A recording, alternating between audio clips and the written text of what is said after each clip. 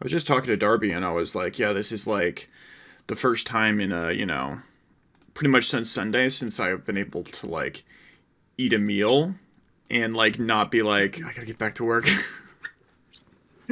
Yeah.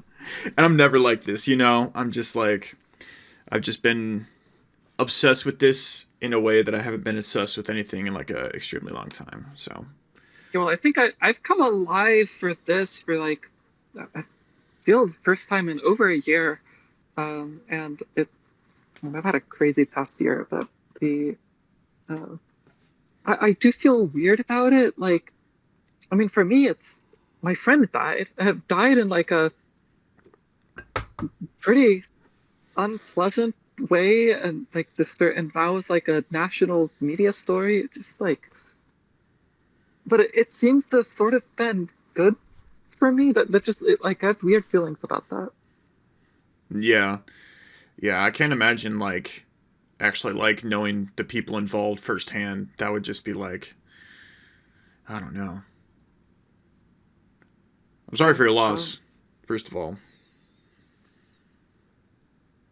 I don't know. Like in a lot of ways, I feel like I lost Ophelia like over a year ago. She just like disappeared off of all channels, and like went looking for her a couple of times. But it is weird. Like I slowly processing it, but I don't know. I've now been distracted by like everything else that's going on, and feel like a responsibility to people in my community to like get the information streams about the story going to like responsible places. Yeah. Yeah.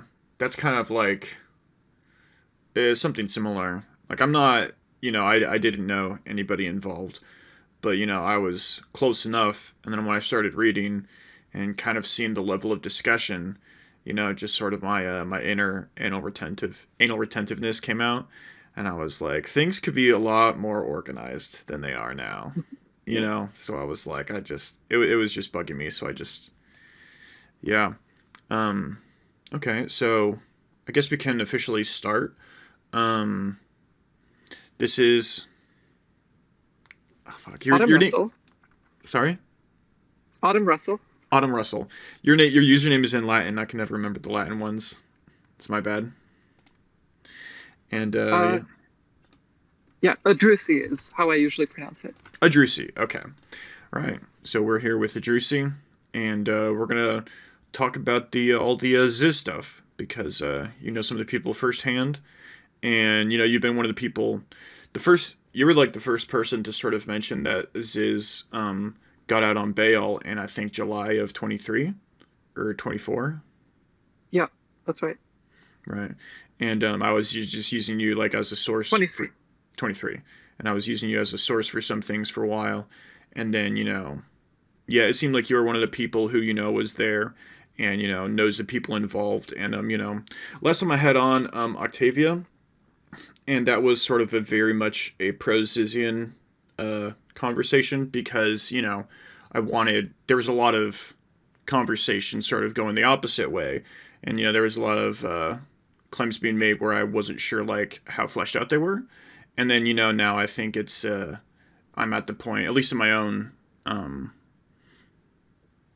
in my own terms of where I'm at in the investigation, where I would want to get a lot more information from people who have a more negative or critical view of Ziz, and especially like because I feel like it's this thing where people who are like pretty far away can sort of be a little hysterical and call it a cult, and then but also people who are really close to it are also of the opinion that this is actually a fairly dangerous group of people and that this is not Yeah. really cool. So I wanted to get the more informed of those two groups on here. So, um, but yeah, with that being said, when do you remember like what would be the earliest time for the story to start in terms of you? Yeah, so I first found out about the Zizians in 2018, like after the CFAR reunion protests, which was Hmm. um, that was when a lot of people first became aware of it outside of the Bay Area. But I actually had a engagement with the Zizians before that, where earlier in 2018 I had gone to visit the Bay Area to uh, spend time. I was doing a work trial with a rationalist org there, and Okay. I met Somni Legencia, Hmm. who is uh, recorded in the law as Alexander Leatham, and uh, I didn't really know many people in the area. I just had like reached out on Discord and like see if anyone wanted to meet up and walk around SF, and got to know Somni a little bit. Um, and then it was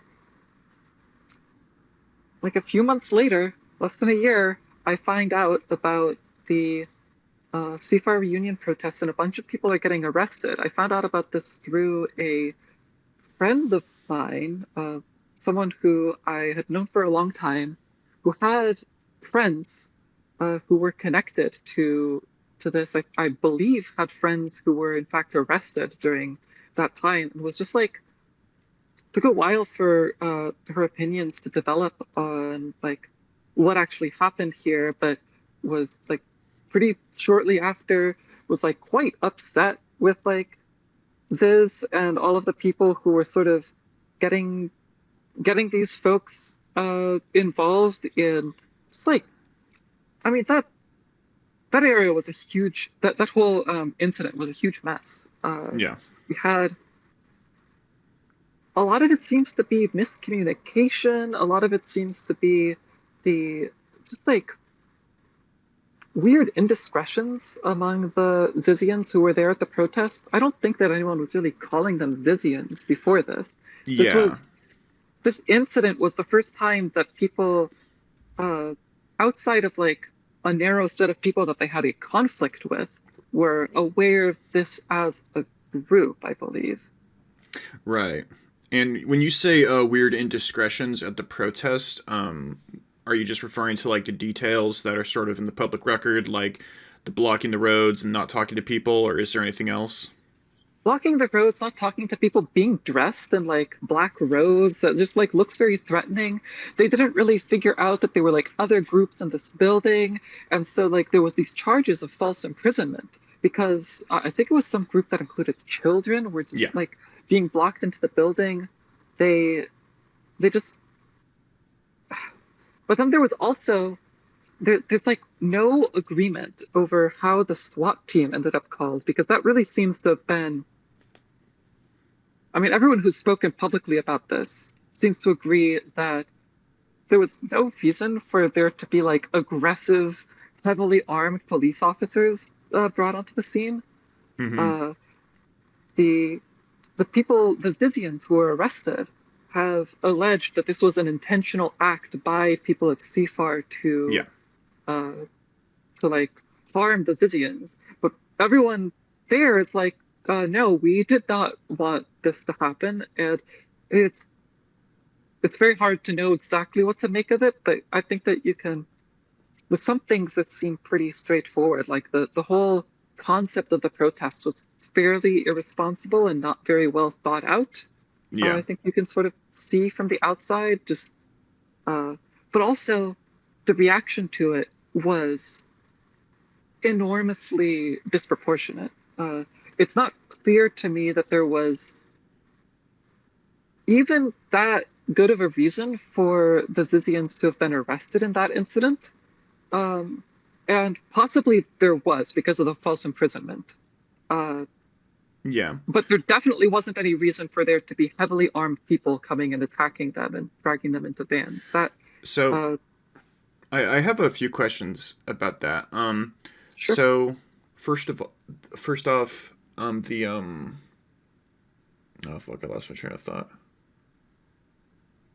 The so first off, I did fill out a form to request the records for that 9/11 dispatch summary.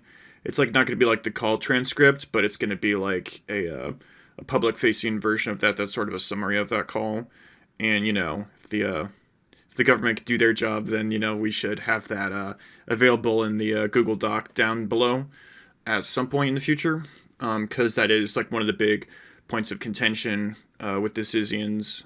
And then also you were saying there's something that I was going to mention to Octavia during the interview, but I forgot to bring up, was that the my mom told me, well, I should say a friend, somebody's mom told me that if you were going to call the police, if someone's in your house and you call the police, you should tell them, I think he might have a weapon.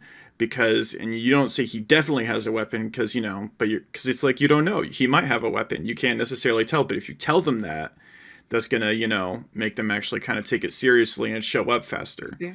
Now, I don't want to put that in anyone else's, you know, mouth or imply that anyone else did that. But if I was there, I would consider probably saying something like that because, you know, I take like being trapped places pretty seriously, you know, and I would, you know, if you're just going to apply force to me, then I'm just going to apply force to you back. But then, you know, it's but I don't know. I was is so like I guess this might be a difficult question to answer if you weren't there, but I think there's a sort of assumption that I've heard like implied in regards to the rationalists sort of interpreting them as protesters.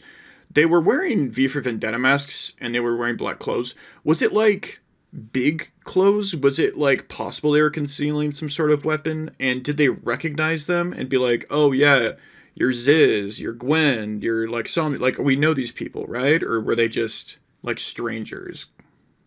No, I'm pretty sure. So, like I said, I wasn't there. I don't know how the clothes looked exactly. It, it's like not that hard to be concealing a weapon somehow. So like True. it's definitely possible that people were worried that they were armed. But yes, people did know, or at least some people who were present definitely knew who these people were.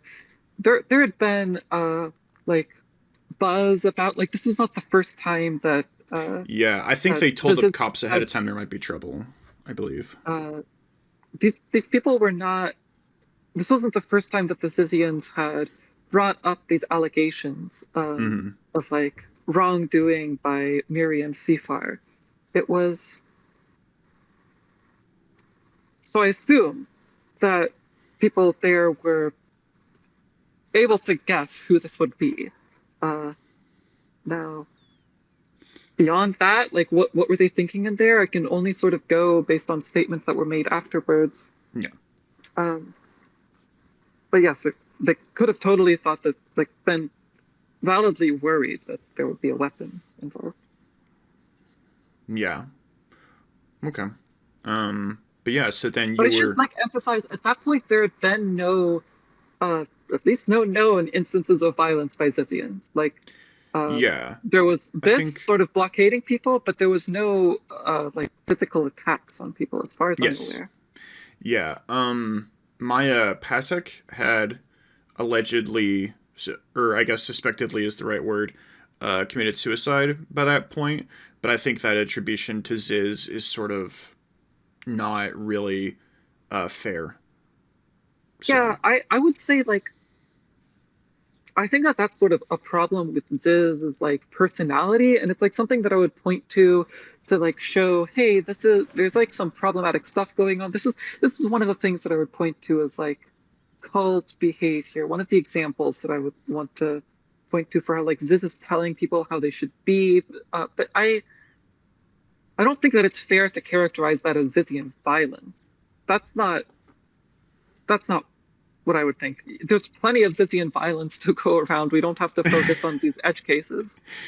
yeah, at least now, you know, Yeah, maybe yeah. maybe maybe back It in the was a valid day. reason to be worried about them, but it's not a reason to be worried that they're going to bring guns and start shooting up the building. Like that's Yeah, well, it's like the story. If you look at the hard facts, is just that Ziz had correspondence with another transgender woman in Poland, and then she mentioned her friend's sleep tech, aka debucketing, aka hemispheric sleep, and then they talked about it. She tried it, and then afterwards she wrote some sort of suicide note that and I was able to get that from Octavia. Shout out to Octavia and post that and on the doc, and that's not it doesn't seem to be like she seems to be like a mentally troubled person in general, And, I don't think that sort of experimenting with your sleep or things that might sort of induce psychosis is like good or healthy or going to decrease your risk of suicide. But, I don't know, to put it all at the feet of Ziz seems just a little bit not unfair, but it seems like more of an interpretive leap than, just like strictly like looking at the facts. You know what I mean? Like, I Yeah. could someone saying, I read the philosophy and like this is basically the philosophy and this is how they communicated, and I could see how her train of thought went here. But that's, closer to the realm of conjecture, I guess. Yeah.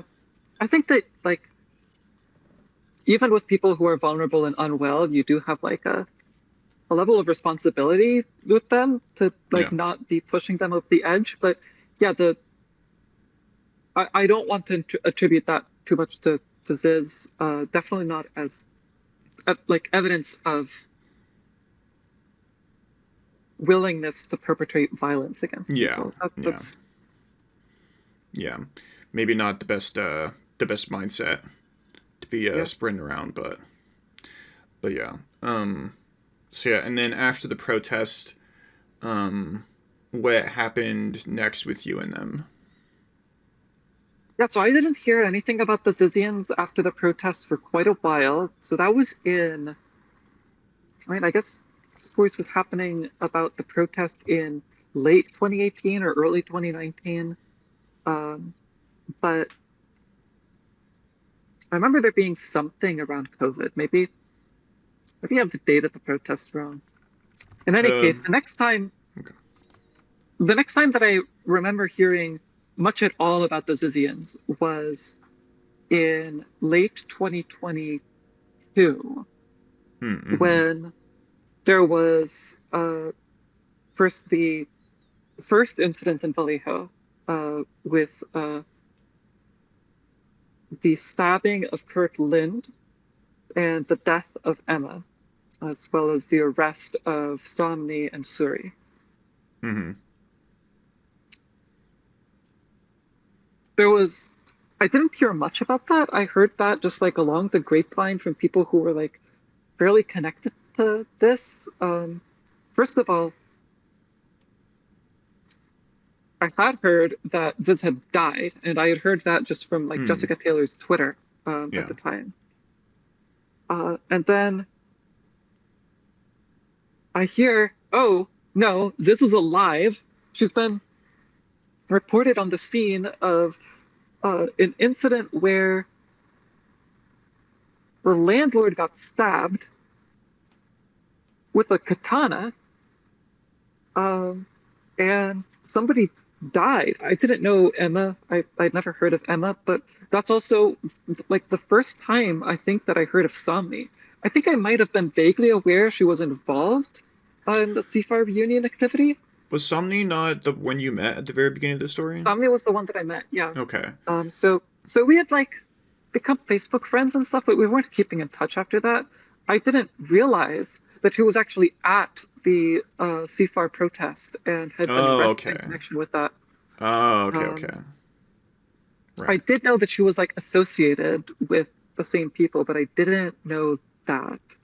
So now the next thing that I'm hearing about Somni is she's been shot and she's been taken into custody on charges of murder.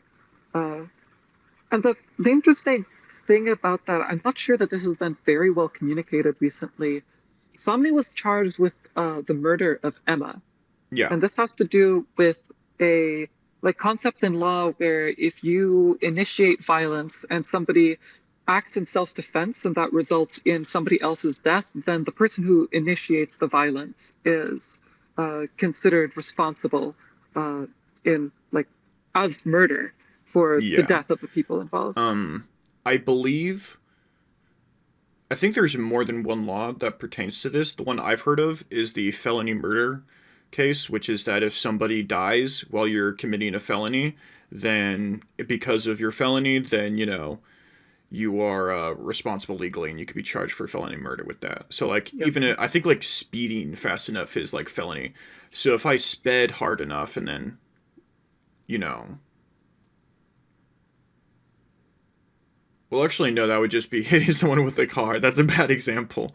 Um, but if like I'm, if I'm committing like a felony, even if it's on like paper and someone gets a paper cut, it's like a white collar crime and it's a felony and someone gets a paper cut and then dies from the infection, then that's felony murder type thing.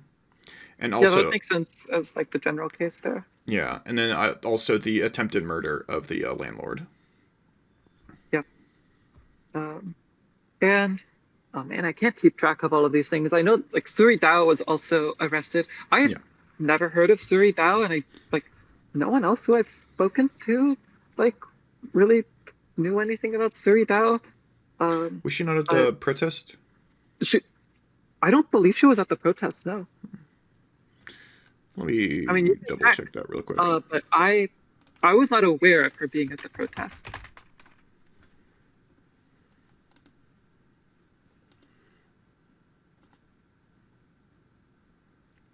Oh yeah, she was not.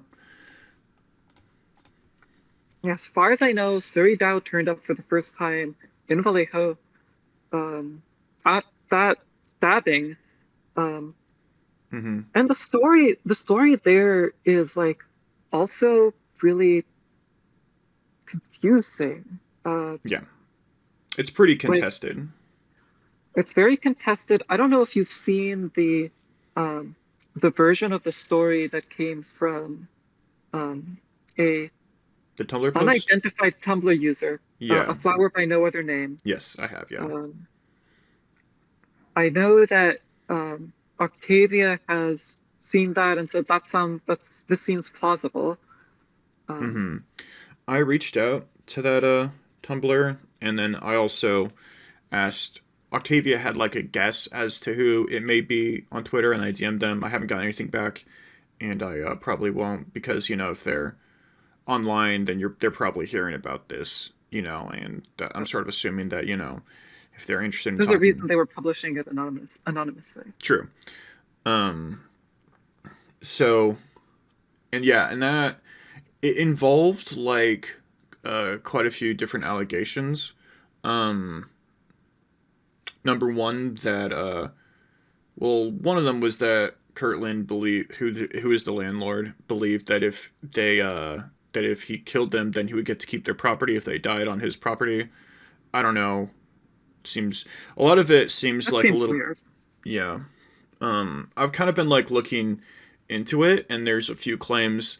Like they claim that Patrick McMillan is as ex-CIA, and I haven't been able to confirm or deny that. They said that I think Emma was shot point blank when she was killed, and the I believe I talked to like the coroner, but since it's like a open murder case, it's protected. So that's I guess something that's going to be coming out in court. They said that Kirtland had been sending them aggressive notes and things like that, which you know I guess I don't know if there was no documentation of that. I guess which Yeah, if you're going to make a threat, I don't understand why you would do it in writing. I suppose when you could just as easily bang on their doors or and exactly. but yeah, I think both parties kind of knew that violence was coming because in the interview that Kirtland gave for the documentary that I posted a partial transcript of today, he was talking about how they sort of acted threatening towards him per him, and then he got a firearm and got it licensed, which is something I'm going to be able to track down if that's accurate. And then he also said that he and like the Tumblr post, there's so I think the flower by another name, I'm sort of at first I was starting to investigate it, but then there's so many things that have been just completely unverifiable or falsifiable, and also just it's pretty extreme emotional language, and it's also a few things that seem to be contradicted by a lot of other things. So Yeah, so I don't think that the flower by no other name account should be taken as trustworthy at yeah, all. I'm also not that inclined to trust the story that I've heard mostly through secondhand sources. I haven't seen his direct statement, and I haven't seen his direct statement like more contemporaneously, and I Hmm. also have not had time yet to read the transcript of the interview. The Rudebot docs, as in Okay. like Rudebot underscore DOCS. Yeah, he did that interview, but but yeah, he I got to watch it, and then I got to take part of the transcript and use it in the doc, and it was a crazy interview. I was reading it like first thing I got up in the morning. I was like, "What?" I like So shat there's my the pants. documentary interview. There's a Yes, documentary interview that was given like quite a bit later. Um, yeah, and it then was given there's 5 months ago, so like four yeah, months, 5 months before his death, basically. and and then there was like any statements that he gave at the time, and I've seen like information about that sort of indirectly, but I haven't seen it directly. I want to put more stock into things that he said closer to the events because there's like always Mm-hmm. time to embellish later on, but like just That's working fair. off of what he said. Um, Um, One of the newspaper articles that I read said that the prosecution got his testimony on video because they were worried about his memory deteriorating and his ability to testify. So, at least as far as the, and obviously they're not going to put that in my Google Doc, but as far as the legal proceedings goes, it seems like they've got that covered, which is nice, I guess. yeah, that makes it a bit less damaging, I hope, what has just happened recently, but Mm-hmm. um, Yeah. I'm fairly confident that it was truly Audere's intention to kill the witness, as opposed to enact revenge on these people. Yeah. And to Um, be clear, Audere, is it Audere or Audere? Audere, I think. Audere, okay. To be clear, Audere is just arrested on suspicion of murder. Hasn't been convicted Yeah. technically yet. But there's like a bunch of eyewitnesses at the scene, and he matches the description, which people were pointing out beforehand. And on the last episode, I was like, well, Asian male, that could be a lot of people in San Francisco. Let's not say that it might be Audere before. And then Audere gets arrested. It's like, well, okay. Now we can say for Yeah. sure. There's a lot of things that have happened sort of closer to the current day that I'm a bit less comfortable sharing on a podcast format like this. That's fine. So yeah, I want to be careful around those events, but we don't have to skirt around them entirely. Okay. Um, Mm. So, so I was going to ask about Ophelia. How did you meet Ophelia? Ophelia. I met Ophelia in New York City when we were both living there. Um, Do you remember when that was? I Yeah, so I moved to New York uh, in late 21, and in September 21, I lived there for a few months, but I that was when I came out as trans, Okay. and it was a really weird few months there. Ophelia was the first trans person who I knew and was friends with in New York City. Mm-hmm. And we really like that sort of connection was something I really needed at the time. And just like got to know each other quite well and we're hanging out quite a bit for the next year. Um, this would have been when did I actually meet her? I think I met her in probably February or March of 22.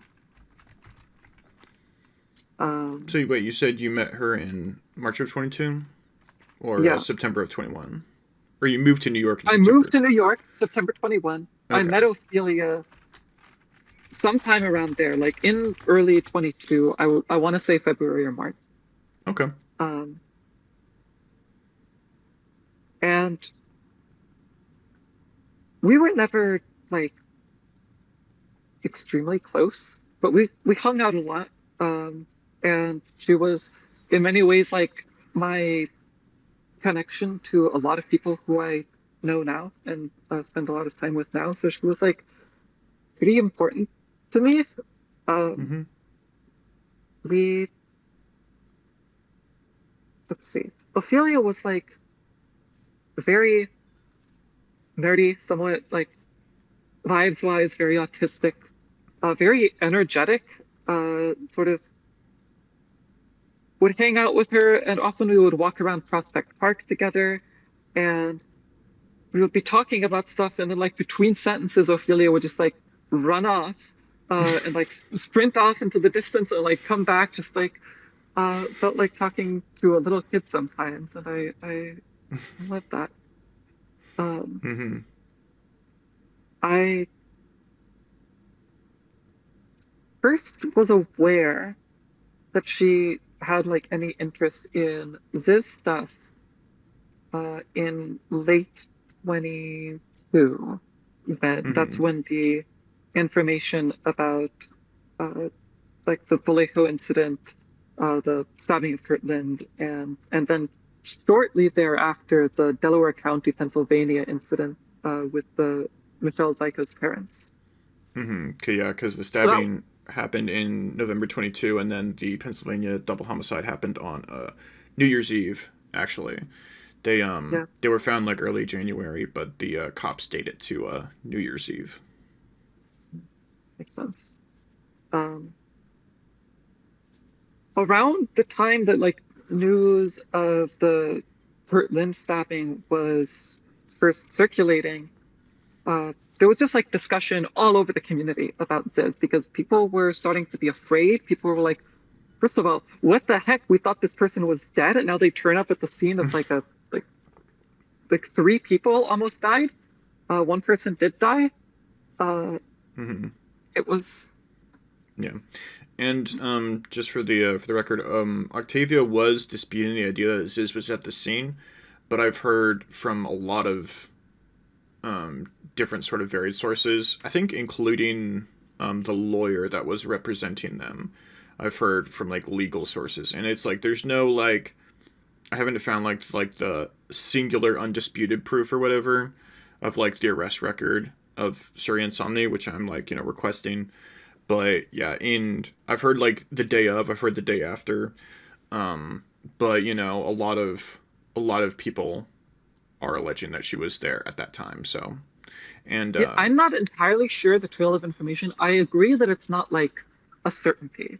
But yeah, well, I'm willing to like I'm willing to basically assume that it was, especially since I don't know, it's like possible that this is like a made too confident by that fact because then like the main amazing thing about that was, oh, she's alive. What the heck? She faked her own death.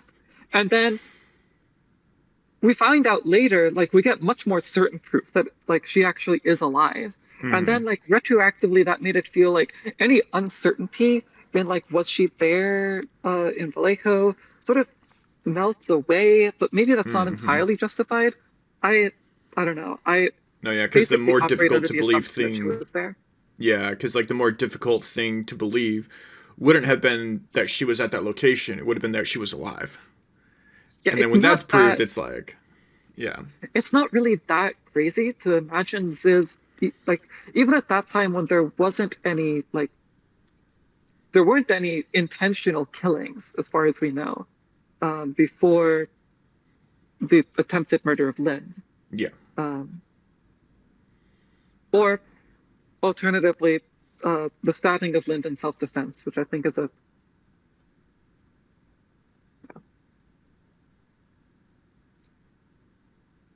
it was not that hard to imagine that Ziz would be there. It was just like, oh, Ziz is supposed to be dead. yeah, Uh, yeah. I think, The landlord talked about how like the people who were basically arrested and confirmed to be there were Emma Somni Surrey, I think maybe one other person, but he said that about 6 to 8 people were living in there at all times, and there was constantly people coming and going, and like strange faces he didn't know, but were like associated with them, and they had like multiple, I think it was like multiple box trucks and like a RV or something like that. So there was a lot of people coming and going, but those are the only.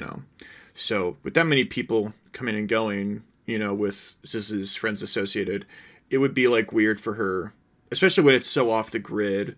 And so, landlord doesn't know who's here and who isn't. It seems like, and he's like an old guy, doesn't know how to work technology. He, based on the interview, like when he starts the interview, he talks about like meeting, I think it's just, Gwen and Ziz based on context clues. Like when they're like, yeah, they came down from Alaska on the boat, blah, blah, blah, blah. Like from when they first were in the Bay Area. And then, he doesn't really differentiate them by name or whatever. But I mean, his story is consistent with Ziz being renting from him like the whole time. Also, with the Ziz faking her own death, I looked into it and I was like, wait, this is so easy. Her friends were just like, help, our friend fell overboard in this bay on this boat we own. And the Coast Guard are like, all right, we'll take a look. And then they couldn't find her and it's like, I guess she's dead. And I was like, you didn't even have to be in like the room for that. You could have just like gone to Burger King and just said like, yeah, hey friends, but just tell them I fell off the boat. Like that's so easy. Like nobody does it, but like if you own a boat, if you're around there, it's just like, yeah, just tell them you fell overboard and they're not a good swimmer and you're worried. They're gonna search and they're not gonna find a body and then they're gonna like, I guess they're dead. That's so I do know from the records in the related to the CFAR alumni union arrest. There was two people there died while out on bail, supposedly. There was Gwen, and there was Ziz.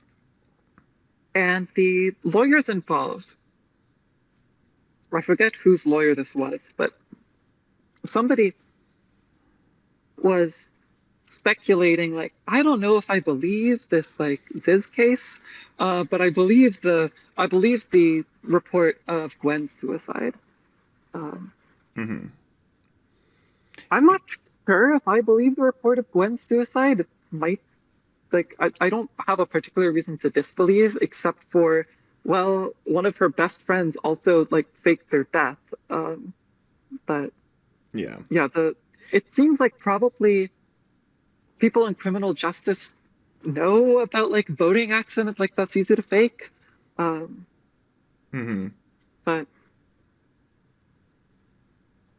yeah.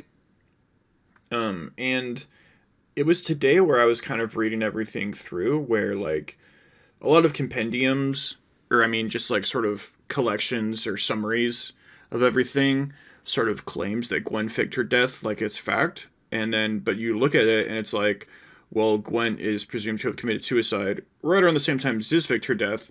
But there's also no known like sightings of Gwen afterwards. So, excuse me, it might be totally possible that Gwen actually did take her own life. And, unless she shows up again, there's no way to really prove it one way or the other, besides just like, I guess friends of friends who might have, she might have like shared some online correspondence with. But like, I feel like with the, basically the MO with Zizians is when they drop off the map, they're off the map. There's like, it's not like, oh, they're off the map, but they didn't think that people would know about this other secret alt Tumblr account, or they wouldn't know about this other thing, The only time where that's not the case is the disappearance of Daniel Blank, which happened in, I think, he was last seen in December, but he was like in a text-only work meeting on like late December, and then his role-playing account on one of his websites says that he logged in January. But so it's all very up in the air.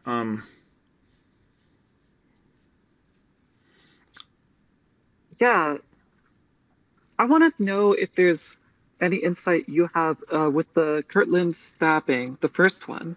I'm confused about like any version of events, like how as many people managed to get hurt as possible. So like either Kirtland was attacked first and therefore he got stabbed at least once and then was able to shoot multiple people. Or Kirtland shot people and then got stabbed. Got stabbed multiple times, both from behind and in front, because we know that his eye was he lost an eye, and we Mm-hmm. know that he got stabbed through the chest from behind. Yeah. Uh, I'm I'm confused as to how the version of the story where he was attacked first is supposed to work. And that's my main reason for humoring the possibility that Mm-hmm. he's not telling the full truth in his reports. It seems a lot more plausible that when there's a lot of people around, the person who got stabbed multiple times attacked first. Um, Now, knowing Like, how Zizians, do you I sort mean? of so you have 6 to 8 people supposedly out and Mm-hmm. about. Um, it's not easy to like successfully shoot multiple people while you have a sword stuck through you. Or at least I would assume so. Yeah. In his account in the documentary, he says that that Suri was like, "Oh, our water isn't working. We need you to come fix it." And he's like, "Well, you can fix it like this." And they're like, no, we can't fix it. We need you to fix it." And he's like, "Okay." And then it was like under the sink or something that required him to sort of like bend down, and then they, I think, attacked him when he was down, and he says that he like when it's in the middle of it, he's like, "I don't know how I got back up to my feet. Like my memory's hazy, blah blah blah." And then he basically he's like, "Well, then I had my gun, and then he's like, I shot the one on the right, and then she died, and I shot the one on the left, and she survived, and I was out of bullets, but they didn't know I was out of bullets, so they let me go, and I just walked away, and then to my friend's house, and he called 911." um there's I mean, I don't know, it's difficult to armchair speculate. I mean,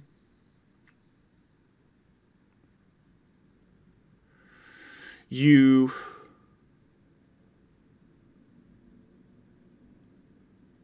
I guess like the most if this was Ace Attorney, the place I would start with first is like, how do you get stabbed through the back if you're like instigating, I guess. You know, Hmm. like I think, his story where it is like it does seem unrealistic that they could like get the drop on him when he was bent over on his hands and knees and then he could stand up and then shoot them and get away. I mean, I've heard crazier things. It's um and that part he does leave blank. The rest of his account, the way that I mean, this is just purely subjective, right? Like we're kind of getting off into the weeds of subjectivity, which is fine. I'm just trying to Yep. clarify that we're talking about a lot of like interpretation, which people are going to do plenty of in the courtroom. Um, he but yeah, so if I think like the version is he just came there and they were just sitting there, and then he walked up and just started shooting. Um, and then I guess in order for him to have gotten the samurai sword in the back, either he would have had to like get really up close to shoot like all of them, and that was his intent. And if that's the case, then like the powder um, injuries are going to be apparent in the police report. Like a point blank gunshot is going to be very different. But if he was, but like you don't go try and stab it through somebody's chest. I would think if they're like not 180 degrees, if you're not like perfectly at their back. It's not like Team Fortress 2 where you can get away with a 90-degree angle. You know what I mean? Like I feel like you'd have to like, in order to think that that would be like the best idea, him bending over would make sense, especially if you couldn't maybe get to his head really good. Um, and I think in his account they did attack the side of his head and then also stabbed him through. I think him getting, I mean, obviously, whatever the account was, after he was stabbed through the chest, he did just walk up and leave and then go to his friend's house and kind of collapse. And that is realistic, just depending, based on like stabbing and things like that. If it doesn't hit like, a, depends on what organ it hits, I suppose. Like if it hit him straight through the heart, it would probably not be super realistic. But if it hit like or if it punctured a lung, he wouldn't really be able to breathe or move. But if it didn't hit either of those, then I think that there's like, it does make sense with that, I suppose. The Yeah, like I'm not saying that it by any means that the story doesn't make sense at all. And yeah, what you're bringing up, especially like it would be hard to stab someone through the back. It would be hard to get stabbed through the back if you're instigating. Like you're probably alert and like aware of what's going on around you. Um, yeah, yeah, I don't know. There's like not that much cause to give the Zizians the benefit of the doubt. Just like hmm, there's too many bodies at this point. But I like the true, bodies that are definitely associated with like people who were definitely known to be in contact with Ziz. Um, it is all speculative, like how it all came up. But the Zyko killings, like that has to be. I mean, Michelle Zyko has to be involved in some way, or Ziz maybe, or is Daniel it Lang. is that how it's pronounced, Psycho? Uh, I'm not sure. That's how I've been pronouncing it. Okay, it's It spelled seems Zajko, which yeah, seemed Zyko it seems sounds Slavic, better. so I would Ah, go with. okay, let's go with Psycho. And if it's not, then who gives a shit. Um, so I guess like the thing, I guess people. I mean, when people look at the case, I think like the sort of them as a whole, the a lot of them involved are sort of like both Octavia and also Gwen, based on her blog posts, have sort of like um spoken against the idea that they're like a cohesive group with a leader. Like Gwen was seemed a little bit irritated that her sleep technique is getting attributed to Ziz in Zizian's info, and she's like, "I made that up. Like, what the fuck, guys?" Or that like I think she also implied that she wrote the flyers for the protest back in 2018, and then that was attributed to Ziz. Um, and the allegations of them sort of being a cult, which are getting solidified. You see the cult word in a lot of new, pretty much every new news article. But if you look at it, up until extremely recently, it's like, okay, well, they're all friends and they all have individual cases. Some are more convincing than others, and this is just like the common factor. But Suri and some, wait, how the fuck does that make sense? No, I'm not going to say that because it doesn't make sense, and I think I'm probably just remembering things wrong. But but Yeah, I think that the cult label is yeah, there's definitely some cult-like stuff going on here, like classical cult-like behavior. It's not like it's not organized top yeah, down in the same way that you would expect of a cult, but there is like a lot of charismatic leadership, especially from Ziz, from Gwen a little bit, but I don't think that Gwen is really associated with sort of people like turning people in the same way or like telling people like who they are. Like you see this in like the comment section on Ziz's blog, sort of yeah, Ziz stories of Ziz sort of informing people about like what their different hemispheres are and such. Um, yeah, or but there's like also yeah. Nis, who I've seen identified with Michelle Zyko, the author of the blog, used the username Nis, N-I-S. Once again, let me turn on my fan. I'm getting sweated out here. Sure.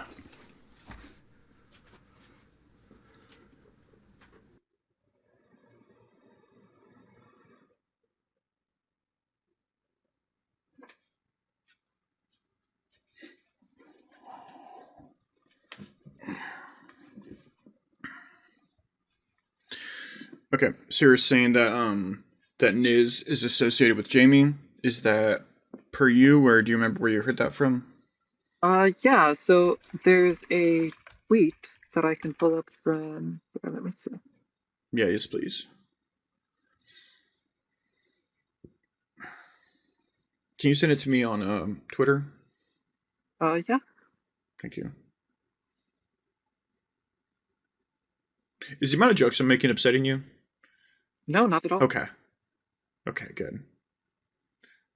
That I was just Davis Kingsley is claimed to have identified the two. I've not dug into this. This is something that I've been seeing word from someone else digging into this, but mm-hmm. Okay.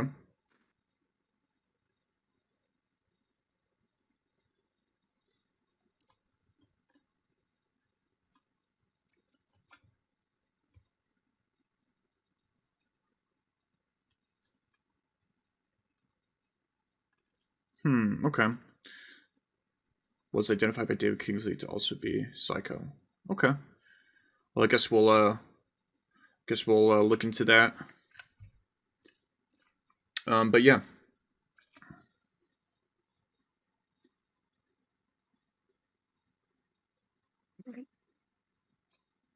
let me see. I've lost the video. Oh, Oh, goodness. Um, sorry, what were we talking about? we're talking about Oh yeah, Niz. cult dynamics. Is Yes. it is there really so you have like a few people who are sort of central. It seemed to have like some sort of charismatic or like central intellectual role. Niv sort of seems to have had a lot of intellectual influence. Ziz Ziz does seem to be like central, but it's not like I don't think it's clear at least that Ziz was like a leader in any sort of formal or even de facto sense, like people listening to her orders and stuff. But like part of the whole philosophical basis of this whole ideology is that you don't need to have a leader, that you're sort of causally cooperating. And we can go into the philosophy more. I think that that's been sort of Okay. it's complicated and technical. I don't know if this is necessarily the best platform to have that. It might be better to just like keep it in writing, but Well, I mean, I think a lot of people, it's very not well known. Like the few newspaper articles that talk about it, they just get it wrong and just make everyone mad. Like they're like, yeah, yeah, it's like a kind of rationalism, and it's like, well, or like it's basically the idea that like decision theory is timeless, and it's like, I don't know, but it's like that doesn't sound right. But I also don't know enough about decision theory to disprove it. You know what I mean? So if you feel confident in explaining it, and so I can like ask you questions and be like, so is it like this? Is it like that? Then like I would love to have that conversation because I haven't yeah, successfully. I've never successfully told someone who understands it. So it's like this, and then have them tell me yeah. So that would be some breaking news. yeah. Let's do that. So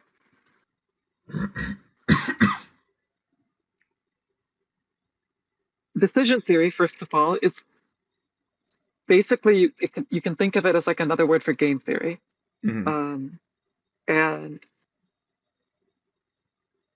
one of the classic problems in game theory here is the prisoner's dilemma, where I think we can assume that people listening to this will be familiar with a prisoner's dilemma. But you have um, two prisoners. You tell them like you want them both to talk.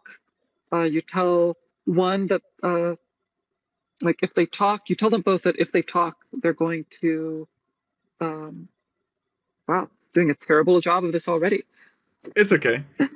Let me I can explain Um, this. This is the one part of sure, it that let's I'm do going to that. understand. So it's basically like, there's two people that can't communicate, and if they're they can either like defect or cooperate. If they both cooperate, they get like a larger reward, and if the other one tries to cooperate and you betray them or like defect, then you get like the second highest reward, and if you both defect, you get nothing.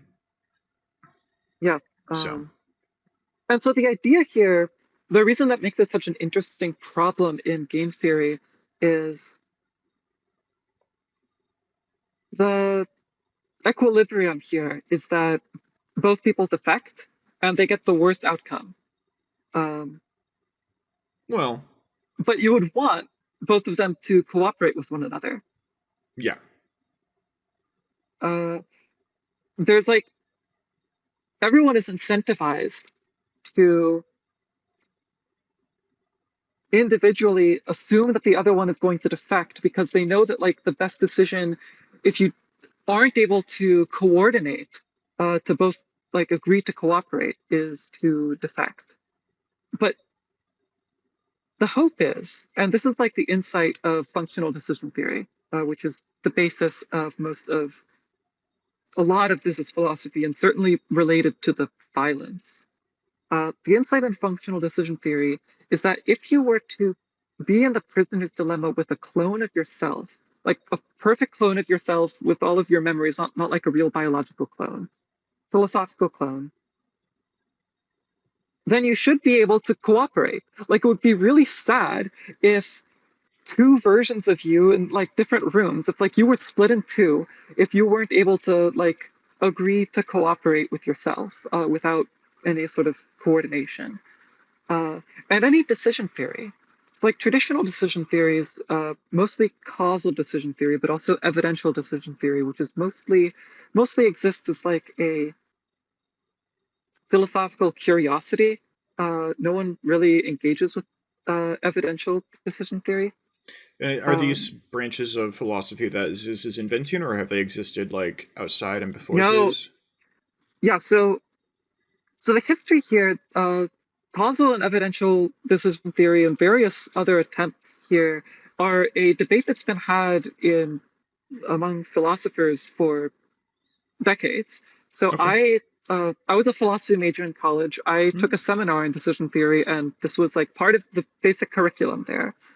Um, we did readings on Newcomb's paradox, which is another area mm. where functional decision theory is often brought up. That's how it's introduced in the paper. Okay. Um, Really Functional quick. decision theory.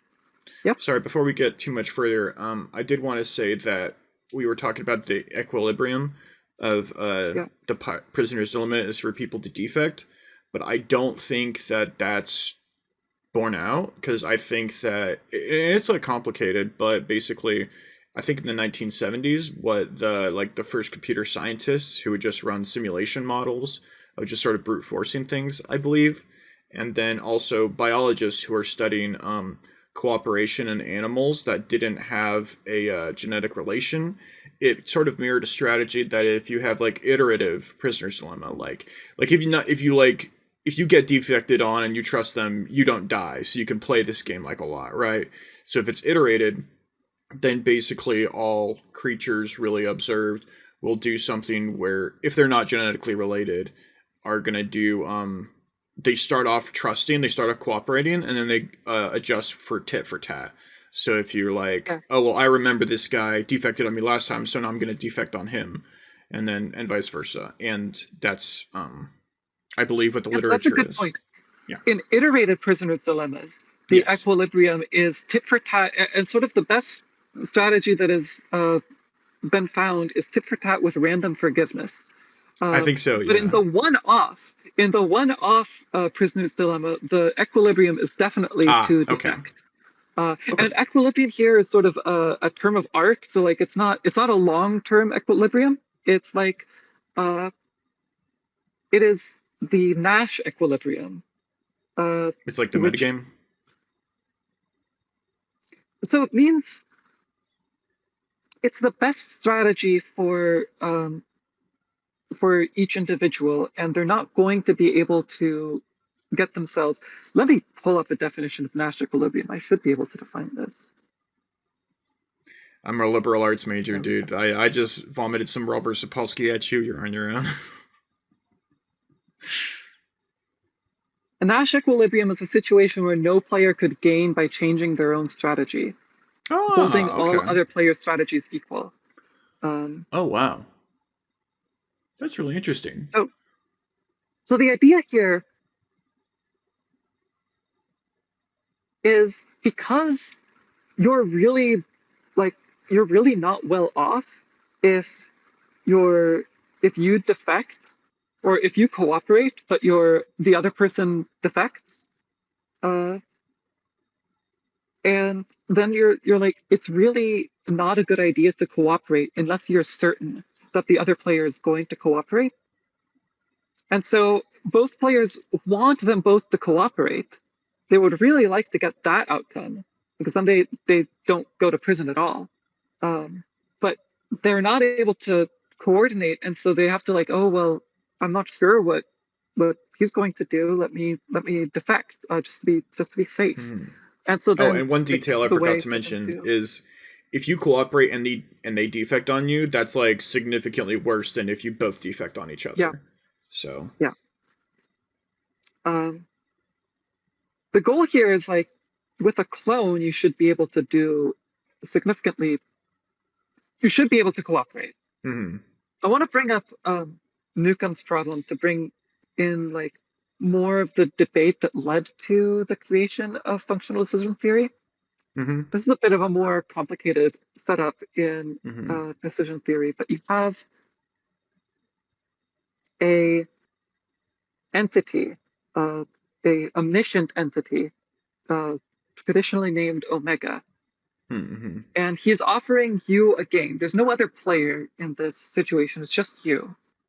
Um, he has like two boxes in front of you, and he tells you that one of the boxes has $100, but Omega is able to predict your decision with perfect accuracy. And he says that in the other box, if he thinks that you're only going to take the second box, then there will be $1 billion in the second box. But if you take both boxes, if he thinks that you're going to take both boxes, there's nothing in the second box. So Mm-hmm. if you find yourself taking just the second box, Can you only take one then box, you or are going to get $1 billion. sorry, can you take both boxes, or is it can you only take You one? can Or take you can either take both boxes or only the second box. oh, I see. And If if you you're take the person who, and if the entity predicted that you're only going to take one box, then the second box has $1 billion. And if the entity predicted that you're going to take both, then the second box has nothing. yeah, and the first box always has $100, no matter what. Yeah. So in practice, anyone who takes only the second box is going to find themselves $1 billion richer. And anyone who takes both boxes is going to find themselves only $100 richer. But there's a problem here because there's this idea of a dominant strategy that, so you have these two options. One of them gets you whatever is in the second box plus $100, and the other one gives you just whatever is in the other box. Because whatever is in the other box has been decided before, like when the game was presented to you. Mm-hmm. There's nothing changing about the insides of the boxes. And Right. there's this temptation, and this is actually what most philosophers think is the right decision, that you should be taking both boxes. Because you're always going to get $100 more no matter what. And so like that, for a lot of people, that's confusing. Like, wait, most philosophers think that it's a like massively more popular position than to take Huh. just the second box. Yeah, because I'd rather have like a guaranteed Billy than 100 with a chance of a Billy. But like the But the billion is either there or it's not, right? yeah, like it seems like it's like some sort of like question about like when I first heard this, because I think I actually have heard this before, I was like, oh, is this a question about like the omniscience, the ability of an omniscient being to like know the future, or it's like the question about like time travel, like is time like does time go both ways, or like what's up? Um so I guess I think I just don't understand like the philosophical idea behind this problem, even though I do understand the Yeah. problem now. So so it's not about like whether it's actually possible for the entity to do this. It's about like which box should you take? We're assuming like everything that has been said about omega is true. Um, but one of the ways that makes this intuition that most philosophers have that you should take both boxes makes it more clear is what if the boxes are made of glass and you can see what's inside of them? So same problem. The two boxes either already have $1 billion or nothing and always have $100. You can see what's inside of them. Now you have to choose, are you going to take both boxes or are you going to take just the second box? And Hmm. so let's say that you encounter the problem and there's $1 billion in the second box and also $100 in the first box. You're going to want to take both boxes, right? Like, why are you going to take the billion and not also take the 300?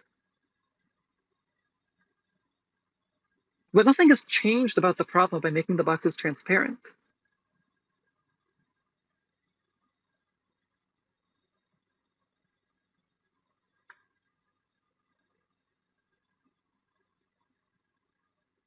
But if the entity is, but if omega is like telling the truth and it always knows what you would what it would predict you would do, and then you predicted wrong, wouldn't that just sort of like disprove the premise of the game?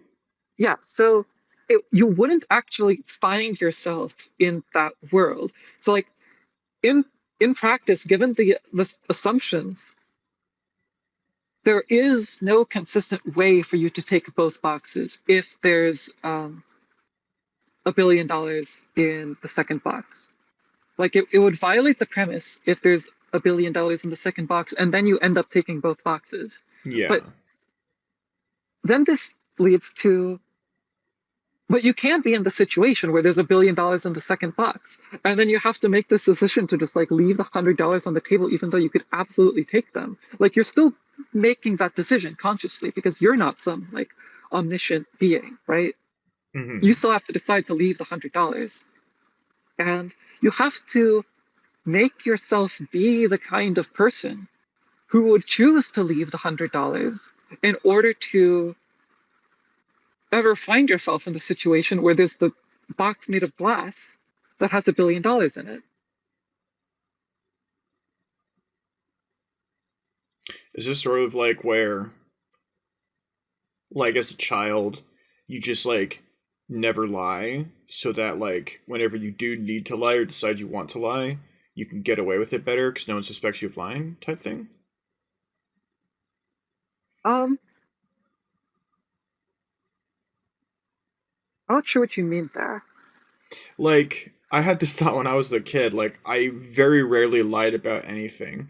And then I felt kind of smug because I was like, well, if I, because like it was, like once a year or something, it's like you just need to pull off a lie or it's like something like that.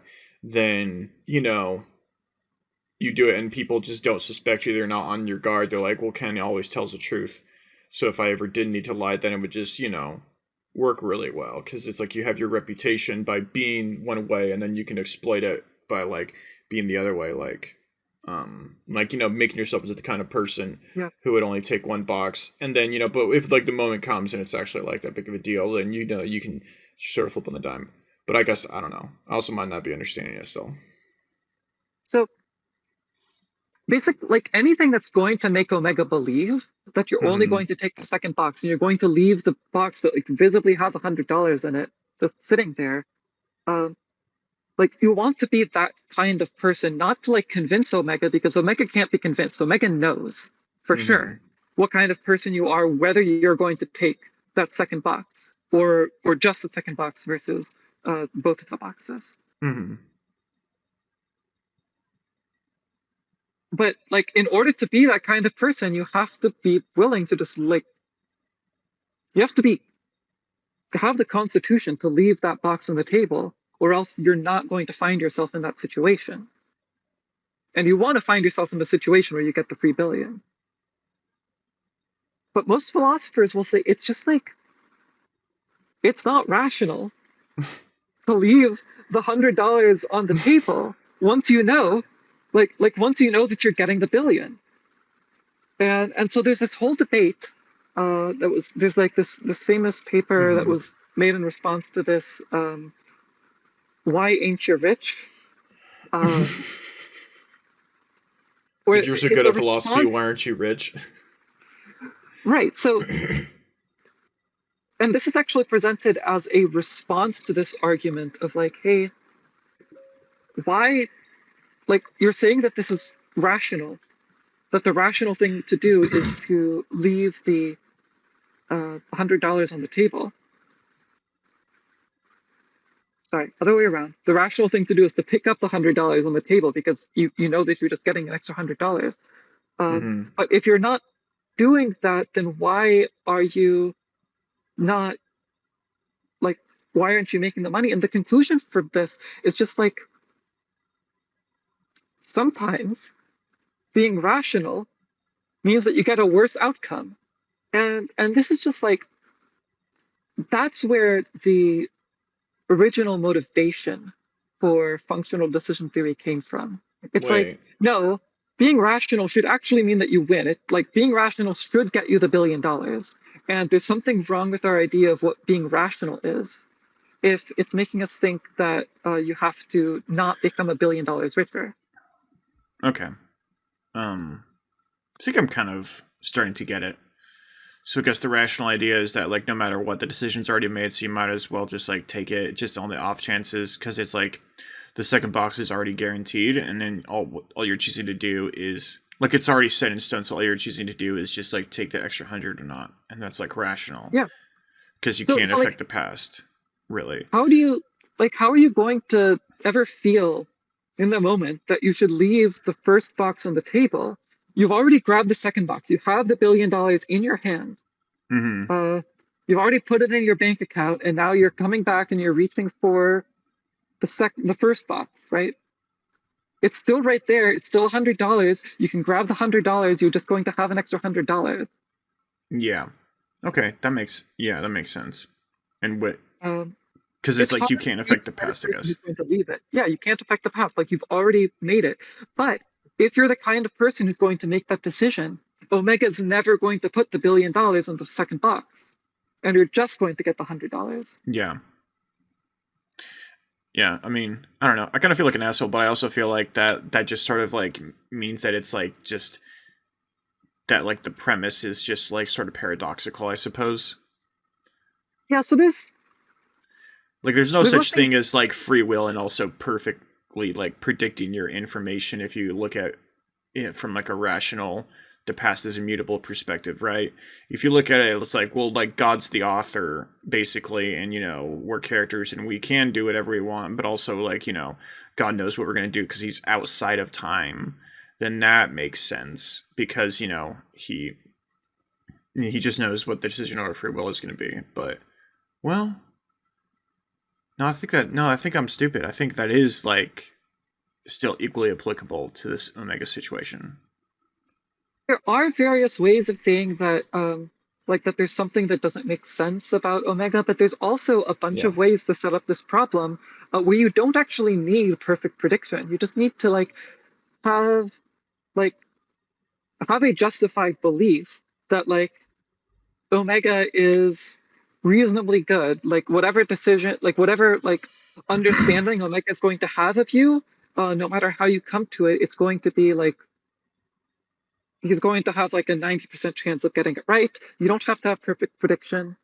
Um, you just like if you try to set it up that way, you Hmm. need to like have a bunch of complex like not complex. You need a bunch of complicated stuff to like make the numbers work out and make it clear. You need to do like a bunch of Oh, okay, arithmetic. okay. It's a lot less fun to talk about it that way. Okay. There's also like what's called Newcomb-like problems that Hmm. are sort of more normal situations. Let me see if I can remember one of them. There's one that's like about a um,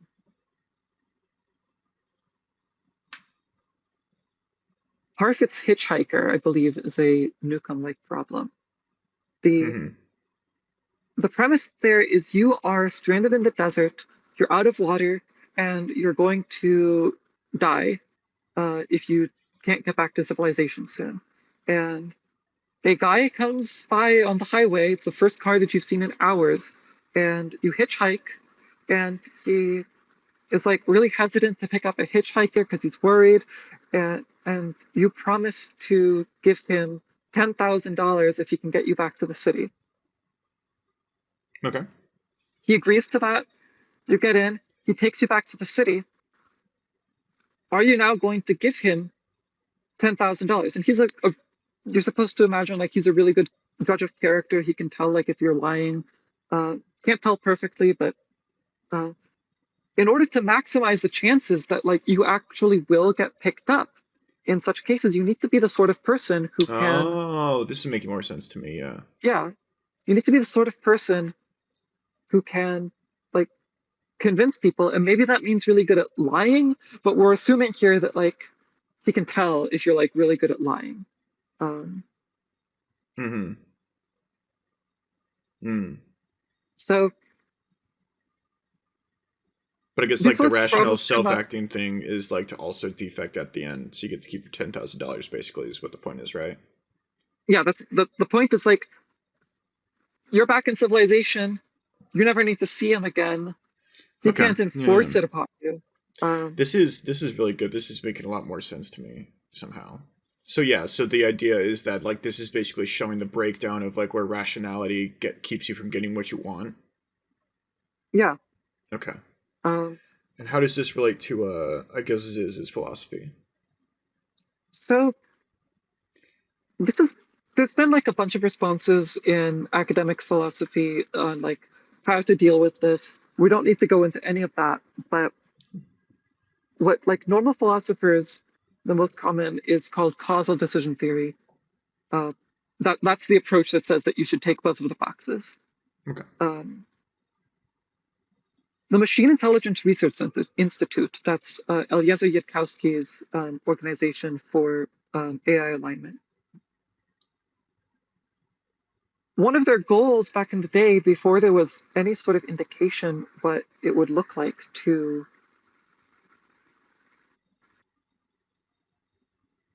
have, like, what AI would look like. So this was sort of Mm-hmm. before we had ChatGPT. Yeah. Um, they wanted to reason about what a super intelligent AI might look like, because the idea is like it could look like anything. It's going to be a lot smarter than us. We don't really know what it's going to be like, and we want to be able to like know how to work with it and how to strategize around like what kinds of AIs are like safe and how can we make them safe. There's not many ways of doing that without just like making it, but part of the idea was, well, probably they're going to be like they're not going to have this problem where they take both of the boxes, right? They're not going to have this problem where they defect against themselves in the prisoner's dilemma. Hmm. Oh, like the Newcombs. Yeah, Oh. Wait. like Yeah, a if super you are, intelligence is not yeah, going to have is because you are defecting yourself if you like just keep don't give the old man the money, the guy in the car the yeah, money. You know, I thought he was an old man because I feel like old it men are makes good sense for him judge to be an old characters. man. Yeah. Yeah, Miri, functional decision theory, Mary, functional inventing it decision for theory, functional decision theory, inventing it as in yeah. trying to get what you want, prioritizing over being rational, or sort of like seeing yourself as a being throughout time in different contexts. Yeah, yeah, it's starting to pull together a little bit because I think like it's the start. I guess the connection. I don't know. I mean, I should let you talk, but I don't want to lose this train of thought. It's like Jordan Peterson talks about like if you like procrastinate or if you're like just sort of like living for the moment and doing whatever best for you in the moment, you're betraying your future self, which does seem kind of like what we're talking about. And it does, after like hearing this sort of context, it does help me interpret more of Ziz's earlier blog posts talking about um like timeless decision theory or whatever, like trying to make a decision theory that's good on like all timelines rather than the one that you happen to be in, which is a more like which seems like it's like saying the same thing. Am I getting this right? I don't know if I would draw that connection, but Okay. it might be. That's not an area that I've thought about it in. Um, Okay. so functional decision theory answers the question as to like how do you manage to get the $1 billion, even though it seems irrational to leave the $100 on the table, by saying that you're sort of asking the wrong question if you think that like decision theory is about how to make the right decision in every given circumstance. Instead, by functional decision theory's logic, you should be deciding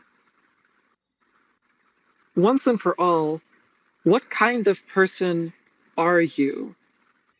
And the way that they describe it in the paper, and this is where you get the name functional decision theory, is you can think of every, you can think of like a person as a mathematical function from like circumstances Mm-hmm.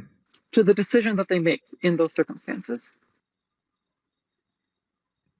Right. It This is is like an actually, algorithm.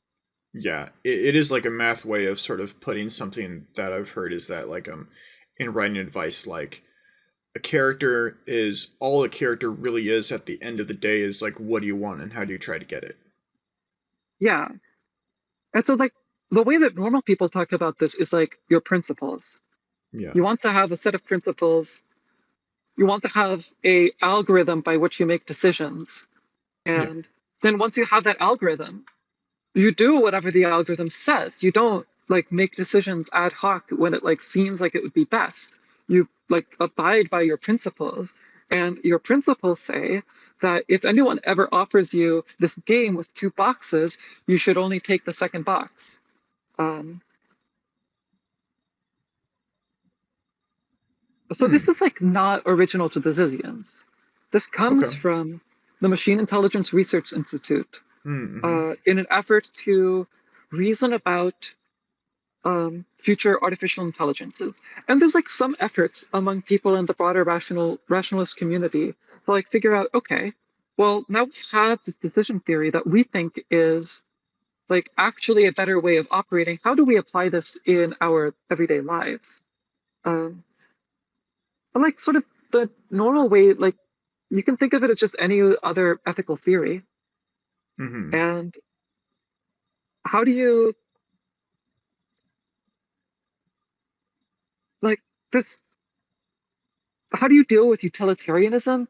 Like the healthy way of dealing with utilitarianism is not to declare, I am going to only operate according to like what this theory thinks like I should do, because then you're throwing away a lot of intuitive information that you have. People have like instincts and Mm-hmm. pick up on a lot of information relative to like relevant to like the situations that they're in that you just can't act on if you try to throw away all of the information and model it mathematically with utilitarianism.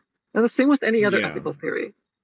It does seem like Uh, it's a sort of I can sit down in my room and just sort of think it through and figure out the right thing to do and then just do that and basically always win, which is like I mean maybe that's like an unfair characteristic, but it does seem like, something that would appeal to like overly rational people. The idea that you can use like rationality to basically solve your decisions and it's like it's like the idea of like principles or like character or reputation. You can just be like, well, I'm not going to worry about like, how it's like, because, I feel like the more it like the sort of similar idea about like, um, making the right choices for yourself across time rather than just like being like greed or whatever. Um, well, maybe that's butchering it too much. But I feel like that there is like a sort of like the character buildings of sort of like more traditional wisdom is to like build up a reputation and say, well, I can't control whether people I mean I don't know, it does seem kind of principled. I'm just gonna stop talking, you keep talking. yeah, there's a basically normal rationalists who are not Zizians tried in various ways and continue to try to apply this. But the Zizians apply it to justify murder, which is not like I'm not sure that it even makes sense. Um, but it makes Hmm. more sense with your internal logic if you grant a couple of shaky assumptions, then is often given credit for. By shaky assumptions, I mean very questionable. Um, I think part of um I think I understand part of the murder thing. I think there was a one of my mutuals. He was like years ago. He was like, "Oh, I was at the grocery store, and this woman like was like scolding me for not wearing a face mask, and I kind of felt like humiliated and frustrated. I was like, why did she do that? And I was like, because she could tell she was going to get away with it. And he's like, ouch, that hurts. And I was like, sorry, I'm trying to say this out of love, but I think it would make sense for Zizians to be like, take any sort of like slight or appearance of people trying to like aggress upon them as being like, oh, this is a test of my principle. And my principle is that I'm like not going to let people push me around so that, I have to like retaliate and I have to escalate because otherwise I'm sort of in this is not the value that I have across time. And if this is not like a value I have across time, then this isn't my core. And if this isn't my core, then it's like I don't know who I am. So it's like sort of tying their understanding of their personality or their cores that are like these are like my principles. This is who I am. This is something that like definitionally does not change over time. And if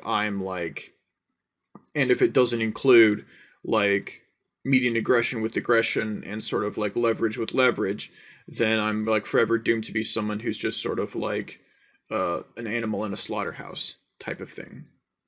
yeah, and I do think that that comes up. I think that that's like that agrees with my analysis of like how this plays out with Ziz. But a big part um, of how it shows up is so the Zizians think that getting building artificial intelligence in like a safe way is an issue of such cosmic importance. Not Yeah. just because of like human extinction, but also like it's the whole future of the universe, in their reasoning at the very least.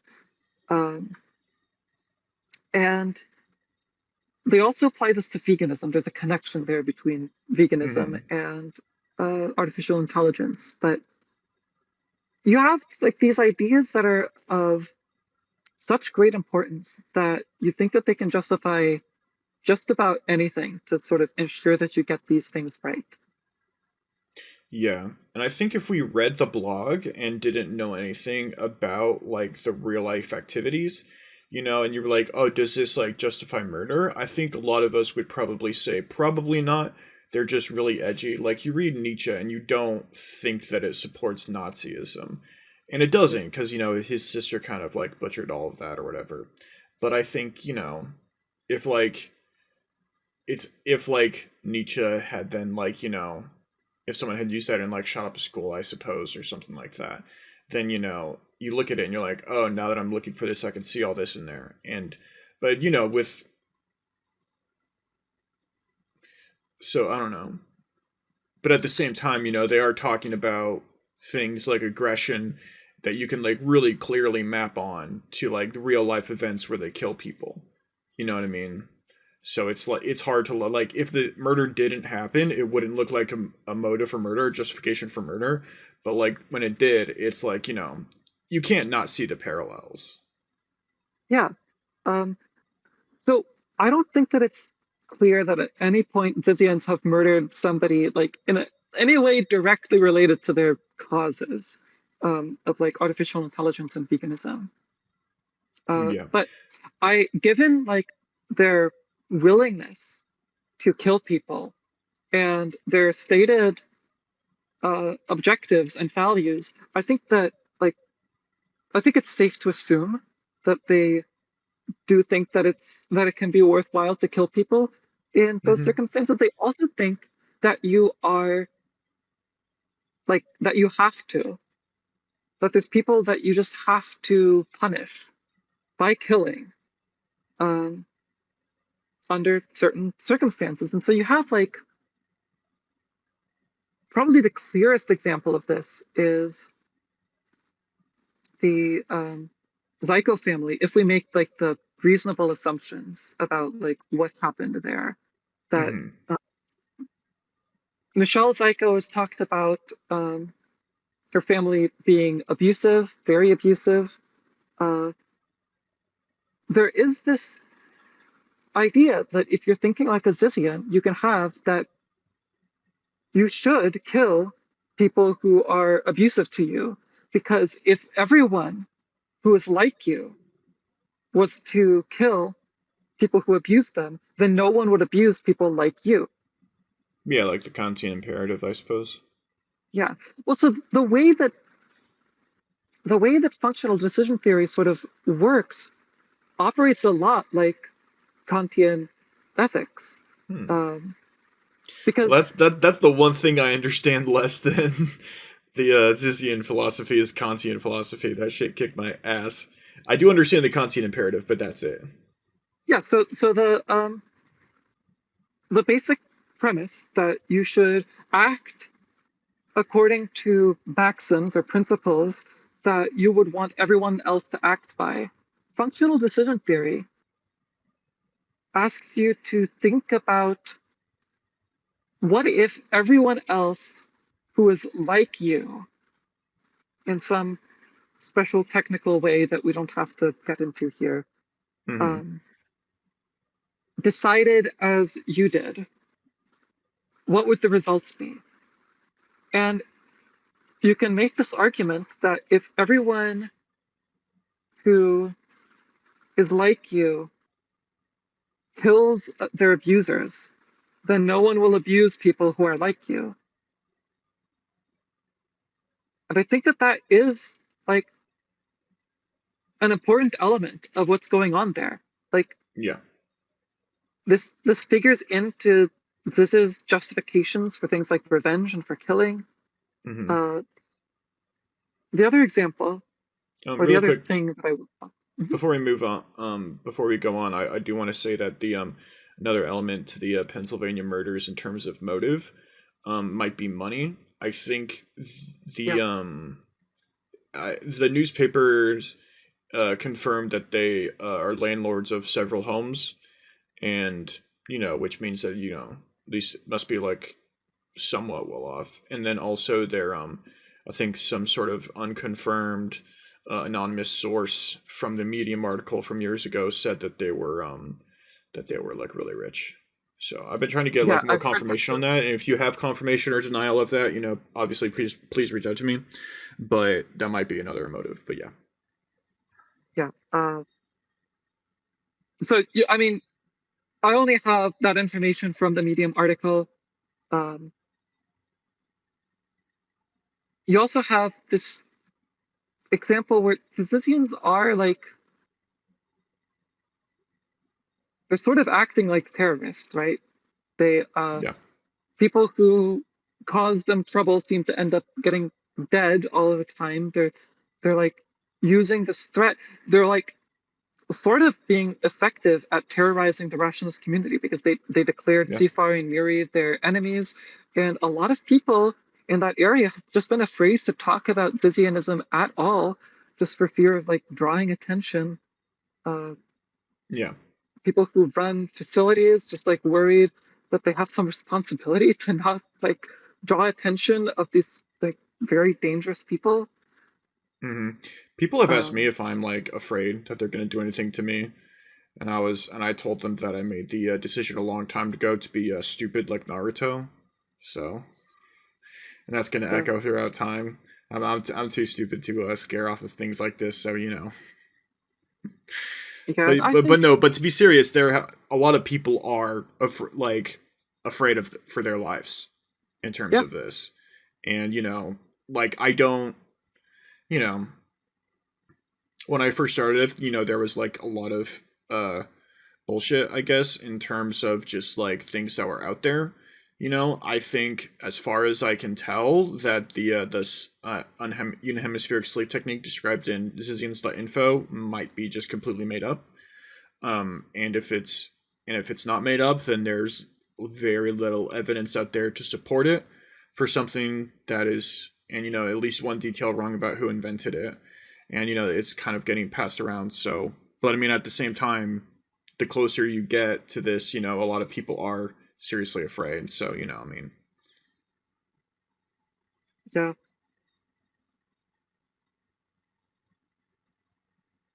I also want to point out like the way that Ziz wrote on her blog about first getting upset with Miri and Seafire. This is documented in her post Net Negative. There were allegations of severe sexual misconduct by some people at Miri, which I believe it was never, allegations were never made of who specifically. Um, but I've Ziz believed, it's unclear if correctly or incorrectly, um, that when she was approached uh, at the workshop for AI safety strategy, um, in conversation by persons A and person B, um, that they were implying by like presenting it as a hypothetical, like, hey, what if these allegations were true and we had paid them off, mm-hmm. like paid off the people making the accusations to sort of stop doing that. Uh, Ziz got mad, like partly for the, you know, sexual misconduct, but also because of the fact that by paying people off, if we assume that those are lies, then they're writing what she described as a blank check to evil, that like anyone Yeah, can take advantage of you, just like get an arbitrary amount of money out of you, uh, if they just threaten you. yeah. And Ziz, And there is like some that seems wisdom to, in that. Like, it's not, there is for you sure. know, having like a backbone and being like, you know, well, you know, I don't know if I can win every fight, but I'm gonna make you work for it every time type thing is like, to a certain extent, like a healthy thing to have. You know what I mean? Um, Yeah, and this is sort of where you see like Ziz does seem to escalate and escalate and escalate, and people around her yeah, seem to just like do this escalation, never like never settle with someone in a way yeah, that would like leave them sort of in principle in the future at a disadvantage. You have reports of Zizians while in jail just doing hunger strikes because the jail staff are this is claims coming purely from the Ziz camp. I have not seen documents on like what was actually going on from the like hmm, jail's point of view. Um, they would the jail staff would bring them meals that contained meat, and they don't want to have anything to do with meat being delivered. They don't want like the jail to deliver them meat to then throw away because they're still like responsible for the death of that animal. And so hmm, they refuse to eat altogether to like try to coerce the jail staff into like not giving them meat. hmm. And And what the jail staff was probably just like, oh well, this is like, if we're not giving you like all the food, then like it might like look bad on us, or we might get in trouble for not giving you your full meal. Like that might be a lawsuit type thing? I have Question mark. no idea the what's going on that front. I don't know if any of this is even accurate, but True. you have, if you look at the, so I haven't been able to see the actual documents, but if you look at the records of Suri Dao in Hmm. while incarcerated, she has just been completely uncooperative with Yeah. the jailers because you see these reports of like failure to comply, motion to like remove defendant, uh, and at some point you just like, is it worth it? But Yeah, like the always escalate and never back down thing, I think is like the part that sort of like separates them from like normal people, or like normal people with like a backbone, or normal people who like, you know, yeah, think of like, oh, if you mess with me, I'm going to mess with you back. But you know, that's like to a certain extent. And I guess like what they would interpret that as, like, I mean, to just like put words in their mouth, I suppose, is oh, if you meet force with force, but then you capitulate to even greater force, then you're just incentivizing them to put even greater force on you. But I mean, I don't know. I feel like, especially in terms of like when operating with organizations, it's like, yeah, you are asking for that extra force, but at the same time, there is a lot of friction and there is a lot of pain and suffering in the cogs that you can cause. You know, just as anyone who's worked with customer service could tell you. You know what I mean? Like Yeah, if you're, you know, there's and you know, like I don't know, well, partially playing decision like playing like game theory with like an organization is it's going to be like I don't know, you kind of have to understand how organizations work, I guess, and it doesn't seem like they work the same way as a person because all the information is like very much not spread out. Like I used to work at a heart clinic, and it's like nobody knew. Like we had like three or four different systems, and someone was like, "Oh, can you tell me this?" And it's like, "Yeah, if you give me like 15 minutes, and I could check three things on the computer." And they're like, "Well, I thought you already knew. Why are you asking me?" And I'm like, "Well, I'm double checking because you're supposed to know all your information, and this computer really doesn't a lot of the time because it's just like a huge cluster, right?" So it's like the yeah. organization doesn't even know all of its like moving parts inside of it. You know what I mean? Like so, but yeah, Yeah, I think. Well, I mean, like in my view, it's like you don't have to outrun the bear; you just got to outrun your friend. Like if you're just like make yourself disagreeable enough and have enough of a backbone that you know you divert a lot of people who are just really looking for like you know easy targets, then you avoid 99% of people aggressing on you, really. And you know there is still that 1%, and then you know you just. I mean, I'm like more fine with being just sort of pragmatic about like what the situation calls for, but you know I but the think, Zizians can't do this, and yeah, they can't do it because like they arrive at this like it's not about like having a backbone for them. It's about like operating according to the function that they've decided that they have to operate by.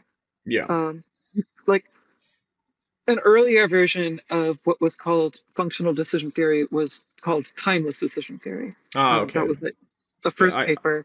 right. Yeah, a lot of Ziz's writing uses that language, but functional decision theory is more like a cleaned up version of it. Um, but it's timeless because you can't be changing your mind. Mm-hmm. You can't like within this framework.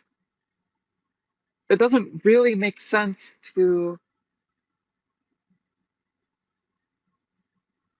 like push for you can never back down once you've like made one decision in that situation before. You can't like accept the food after you've already started your hunger strike.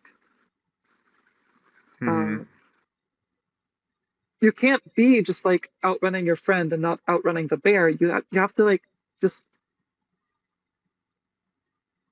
always fight back, always Yeah. escalate.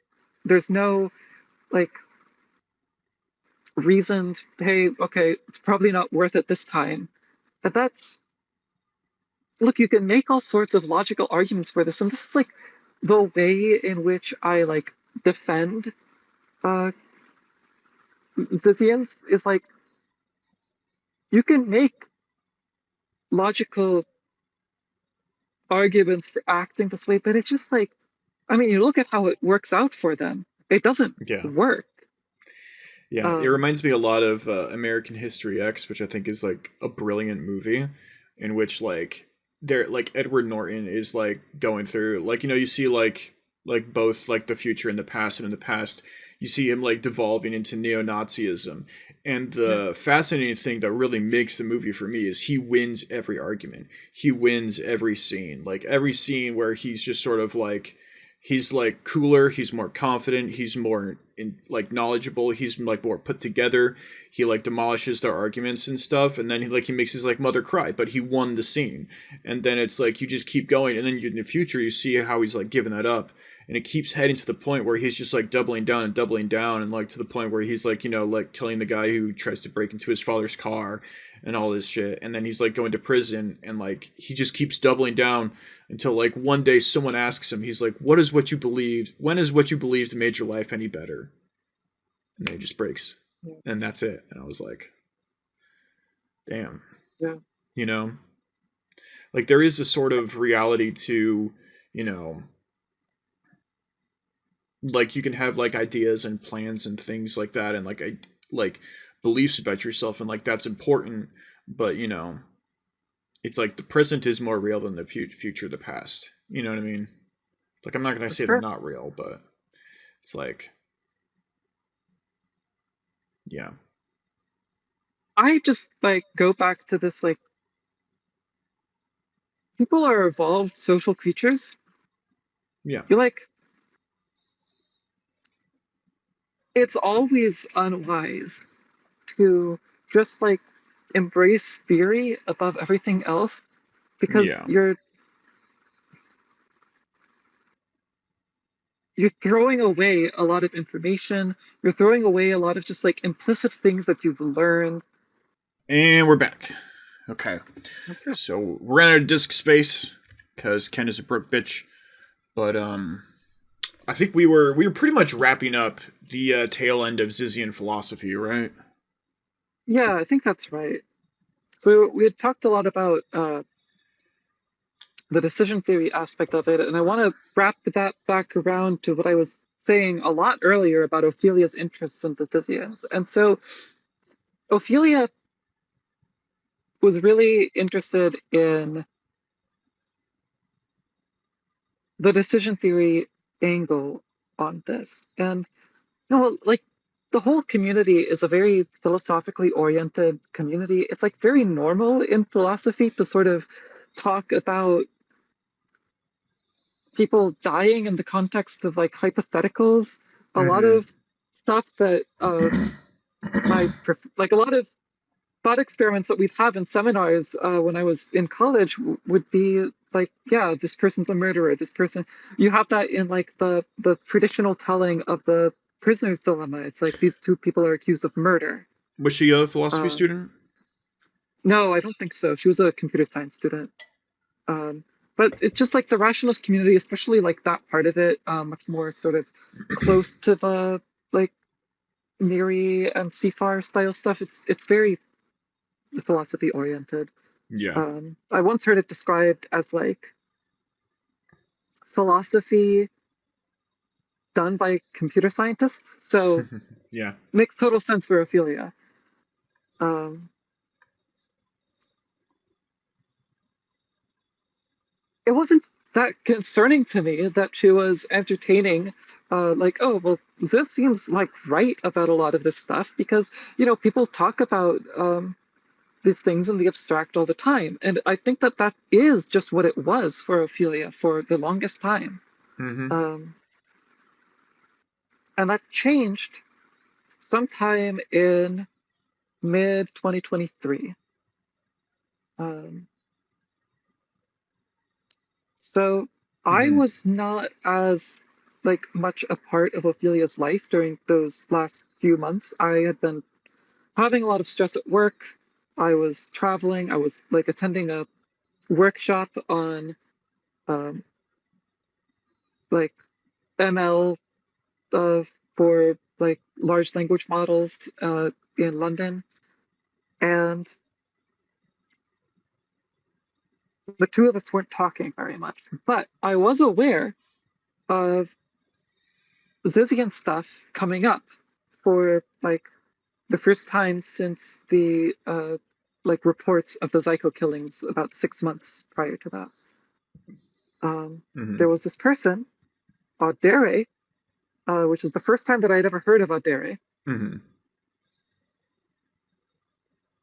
was sort of appearing. I kept like hearing about them in the context of like friends of mine talking, and they're like people are suddenly, especially sort of young people that I know, are talking about this stuff like way more than I've ever seen before. And I Hmm. find out eventually that Audere and a little bit Octavia as well have been talking about Ziz stuff, but Audere specifically wanted to get people involved in like actually interacting with Zizians, which that is not something Hmm. that, to my knowledge, Octavia was ever trying to do. Um, So Adair is like more of like a proselytizer. Maybe that's yeah, overstating, so but so the only thing that I understood at the time of like what Audere's objectives were was to pay Ziz's bail. So Ziz yeah, was being held in Delaware County. She her bail was initially set at $500,000, 500,000 or and 50,000. $500,000. It was then reduced to 50,000, and then very shortly after it was reduced to 10,000. One second.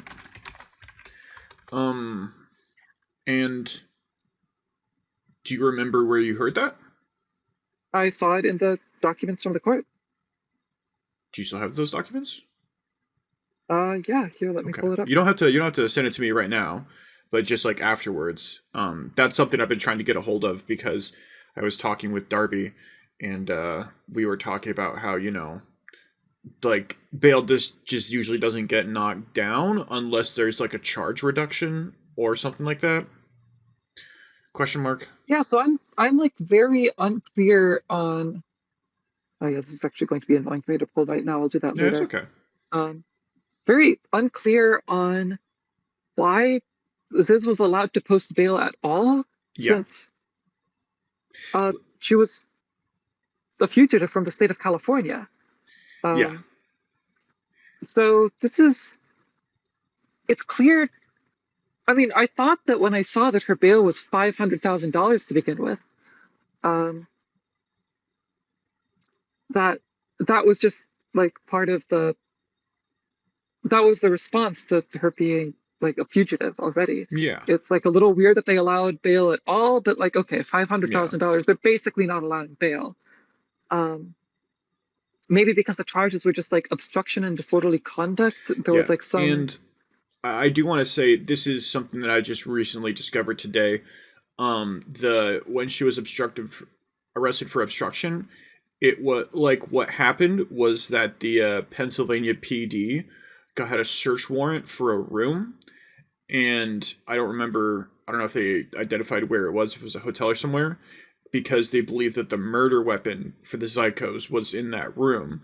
They went to the room. They found Jamie or Michelle Jatsko, whichever, and Ziz, and I think maybe others.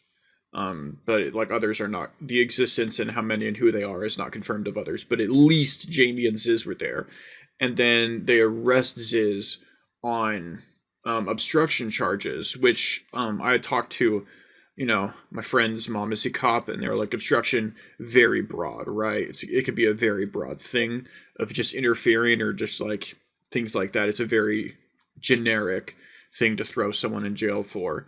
And then after she posted bail, there wasn't anything on the map, but then she has been identified, like I think this week, in terms of the Teresa hearings, saying that well, Ziz was not named, but they were like, Teresa has connections to a person of interest in a double homicide in Pennsylvania, which is, yeah. is like all but confirming that it's Ziz. So it's like they basically, I mean, it seems to Well, be the Ziz plain English or version. Zyko. Hmm? Ziz or Zyko, right? I think I think They separately identified Zyko in that doc, right? Did they say that the other person was also associated with the two murders yes, in Delaware County? They did. I believe Jamie, Jamie, Ziz, and maybe others are identified as persons of interest. But it's like I don't think they're naming people. They have named Jamie. So Or they the law gun, enforcement right? did not identify Jamie, but the reporters have gone to the I think the some sort of licensed firearms regulation, that sent out an APB to be on the lookout for Jamie, and the serial numbers of the guns that were sold to Teresa and Ofilia used in the shooting were purchased by Jamie, I believe. Yeah. So That makes sense. I think I remember that Jamie was specifically mentioned by name, but I could be misremembering that. I think she might have been, or it's like all but confirmed. I'm not the best. Definite, I, all but confirmed sounds right to me. Yeah, like Ziz and So Jamie being the primary suspects for murdering the Zykos is all but confirmed. Like, and yeah, like, you know, we can, like, if you're like curious about the logic of that, you can check out the Google Doc, I guess. But like, it is pretty much all but confirmed.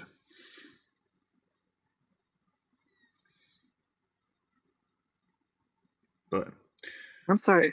How where did we were get on we? this topic? Yeah, I'm so good at winding my way back from this. I was like, sure, like the trying to put it all together, you know. Um, Talking about a dairy recruiting people? yeah, Derry and the 500 grand bail, which was That's right. they Yeah, were not arresting her on suspicion of murder, but they pretty much were. yeah. So dairy was also like trying to see, like, figure out a way for Liz to have like a place in Delaware County that she could show that she would stay, because at least according to Adere, this was a stipulation of being released on bail. And that is something that was word of mouth when I was like talking to people who were in contact with Adere at the time. Because at this point, I'm like, whoa, friends of mine are being contacted to put themselves, like, associate themselves directly with this to, like, pay her bail.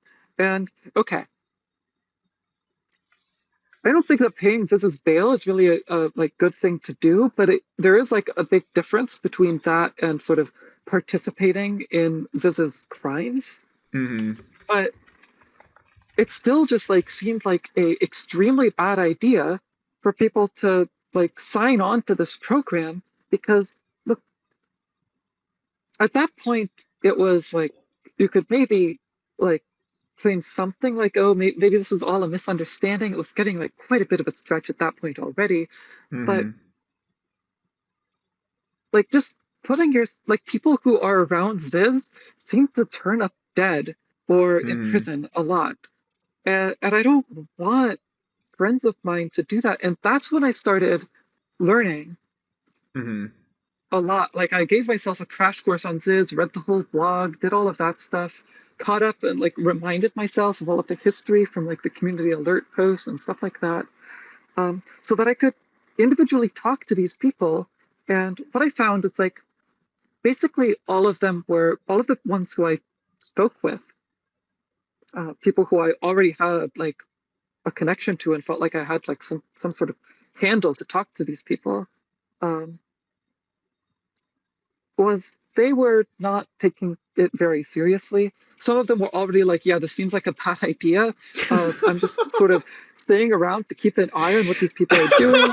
Some of them were like, uh, That's oh, well, not this, funny, but I mean, it look, sounds like my little brother. He's like, oh, you know, I'm not sure I'm in a cult. It doesn't seem like a great idea, but they're already here. I mean, you know, I'm just gonna see what happens. And I'm like, I mean, it's don't. not, Sorry, keep yeah. going. At some point, it's like, look, they were in a group chat with Audere, and Mm-hmm.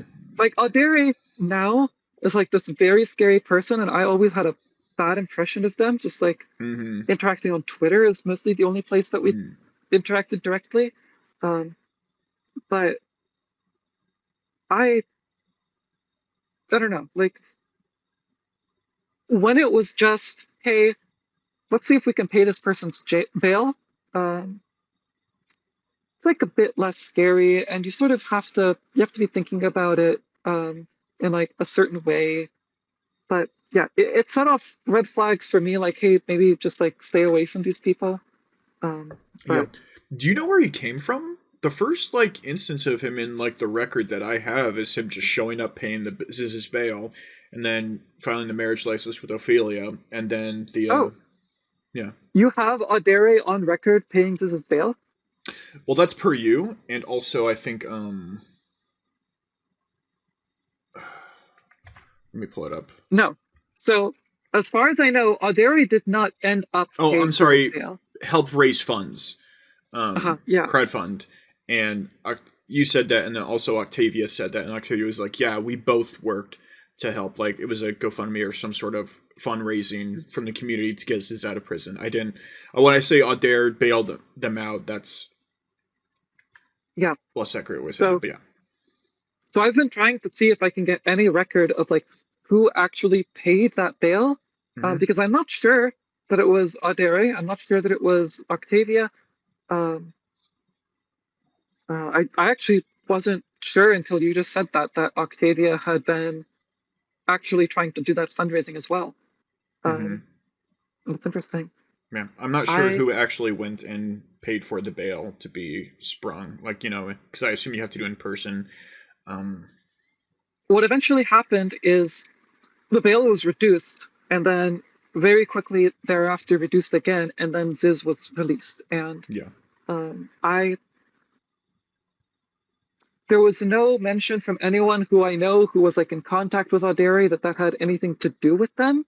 But it also could be like, oh, I don't need these people to fundraise anymore, so like just not talking to them about this anymore because just like not necessary. It sort Hmm. of leaves things open. But Did you get the yeah, impression that he was sort of trying to like bring more people into the Zizian cause and sort of ideology, like in order to fundraise, or was that sort of like a separate thing that was earlier? Like, I I don't know what Audere was up to before he showed up doing this. mm-hmm. Um, I know like some things, like I know that was in a relationship that turned out to be pretty abusive, but I don't know, he just like appeared on my radar and I've not done like much background investigation on Mm-hmm. where he came from, what he was doing.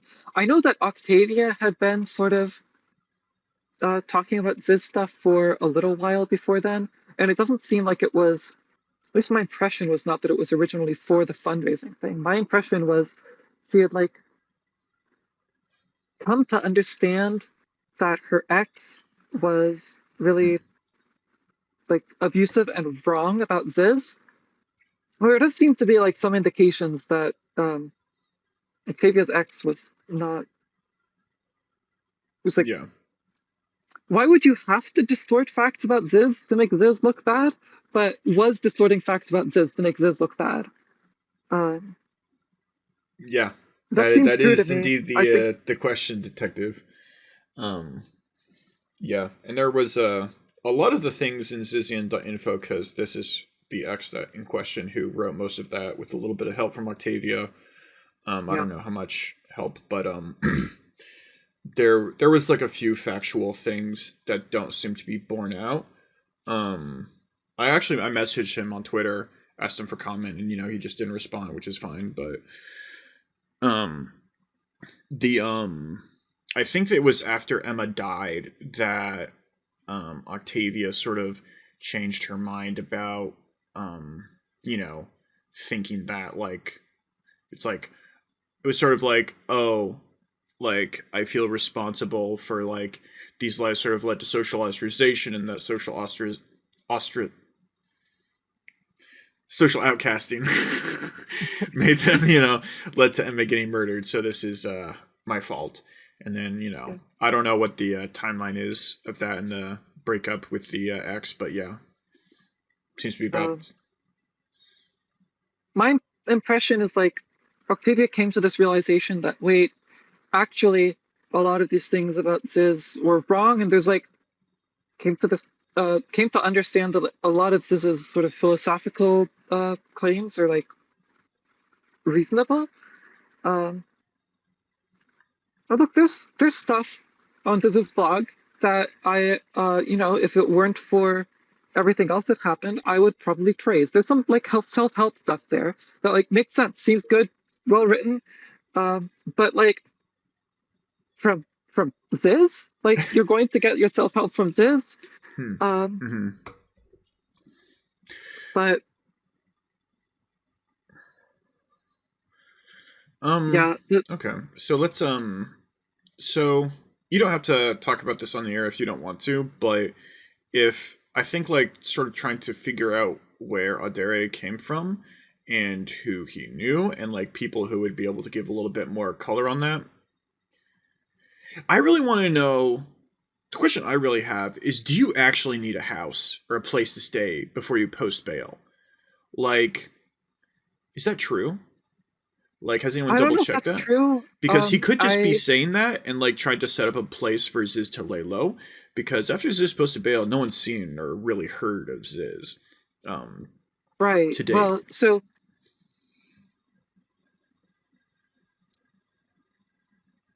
all that I know is like that's what Audere was saying.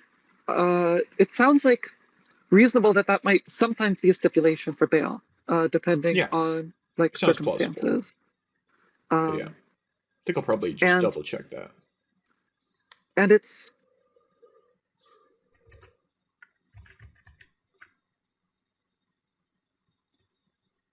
as far as I know, like that never actually panned out like via Audere. It might have, but it also might have had nothing to do with Audere.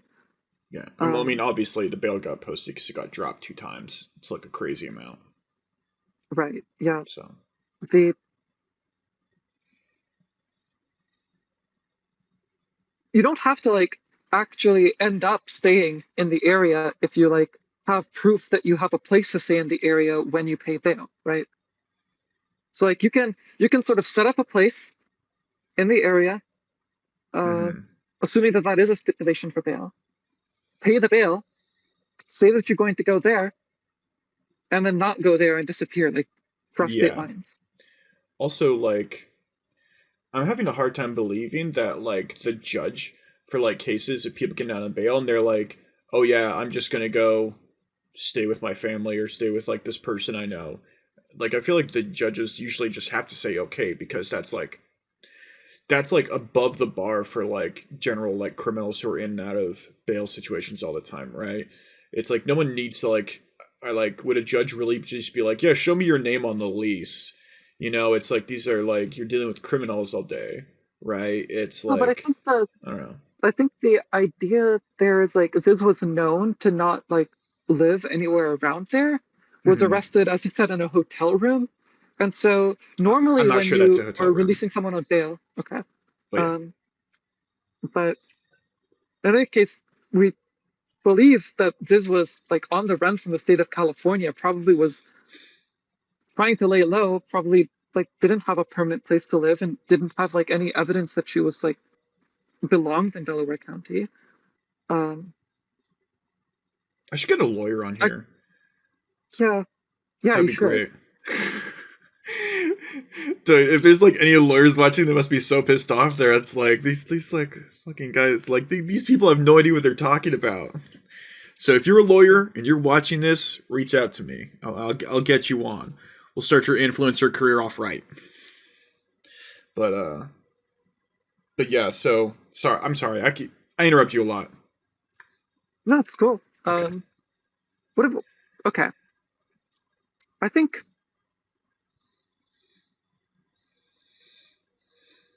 we can move on from like what happened with the bail situation Yeah. there. Because like a lot of that pertains to like, hey, can we actually get these documents? Yeah. But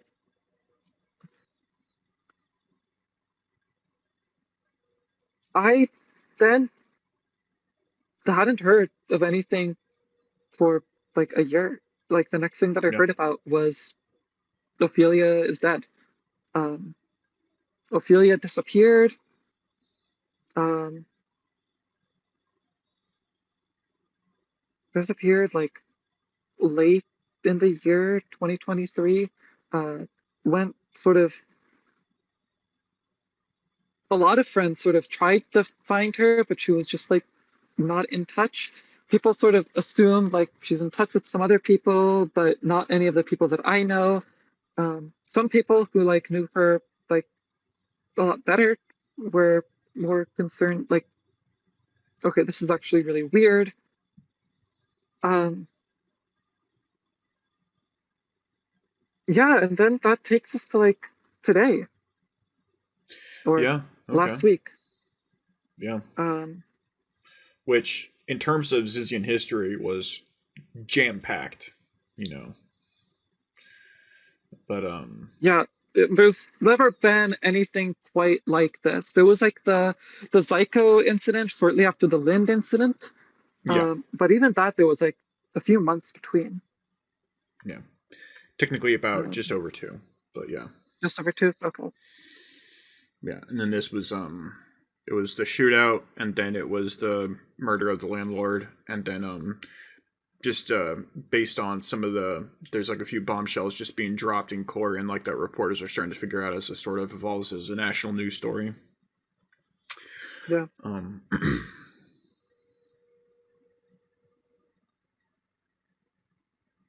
Man, I'm getting pretty tired at this point. My voice is starting to hurt. yeah, Uh, it's about that time.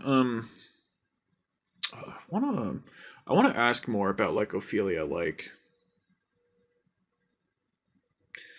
I feel like earlier you were talking about like there was like a change where it was like she was just sort of like interested in this, and then was it like Adair coming in or Adaire coming in to the scene yeah, that kind of like changed her involvement level? You think, or look, that's what I suspect. Because it was like the timing just matches up. It was like right around the time that I started hearing about Aderi recruiting other of my friends. That's when I later learned that Ophelia's behavior had changed. But like I said, I had like it had been a couple of months since I had really been in touch with Ophelia. Um, mm-hmm. hung out with her like around the new year, but then after that, um, stressed out with work, was traveling, and then a bunch of stuff happened late in that summer for me. I was not seeing Ophelia, but what I've heard since then is like she started having secret phone calls.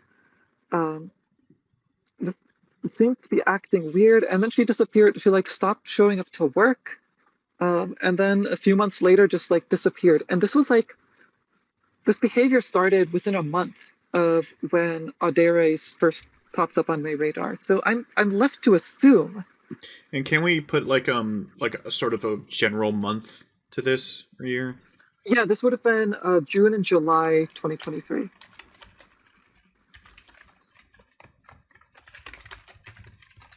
Um, and I think the last time that I saw anything from Ophelia was late October 2023. Um, but you can see like tweets on her account going into early November, I believe. Okay. Um, So secret phone calls. Do you know like the context of it's like who was she with when she was like on the phone with this individual? so I believe she had like a roommate. She had a romantic partner, and both of them have talked about these secret phone calls.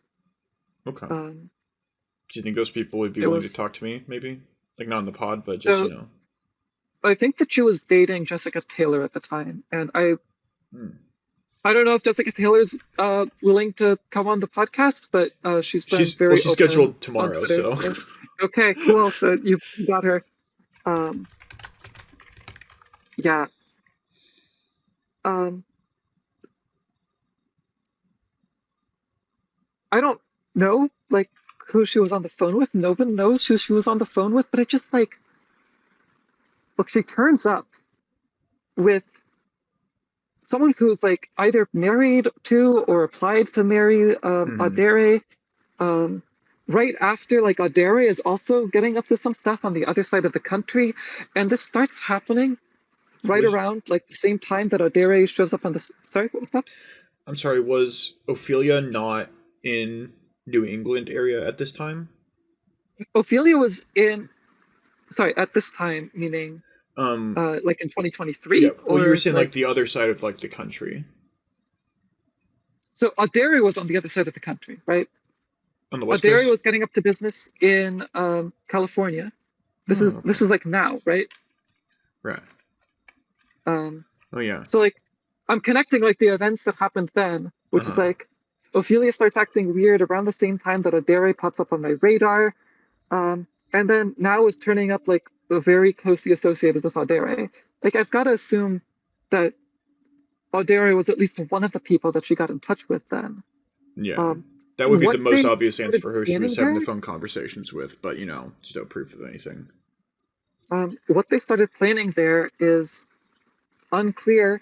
I wouldn't be surprised if it's like Ziz has got out of jail and needs to go on the run, and hey, let's help out with that. I just can't believe that Ophelia would do that, but I Yeah. guess like all evidence points to it. So Well, Ophelia, it's worth mentioning, didn't start the gunfight. Teresa started the gunfight. And yeah, then Ophelia, um, according to the FBI affidavit, Ophelia then, like, tried to draw a weapon. But I mean, I would probably do the same thing if I mean, I don't know, probably not. It depends. If your friends start about to get into a shootout with a cop, you pretty much have a split decision, yeah. to make. So, Um, I like. I think that it's true. Like, there's a big difference between what Teresa or Milo did there and what Ophelia did. mhm. Um, but Ophelia got herself involved in all of this. And like I told like my other friends who were approached by Audrey, like it doesn't seem like a good thing to get involved with.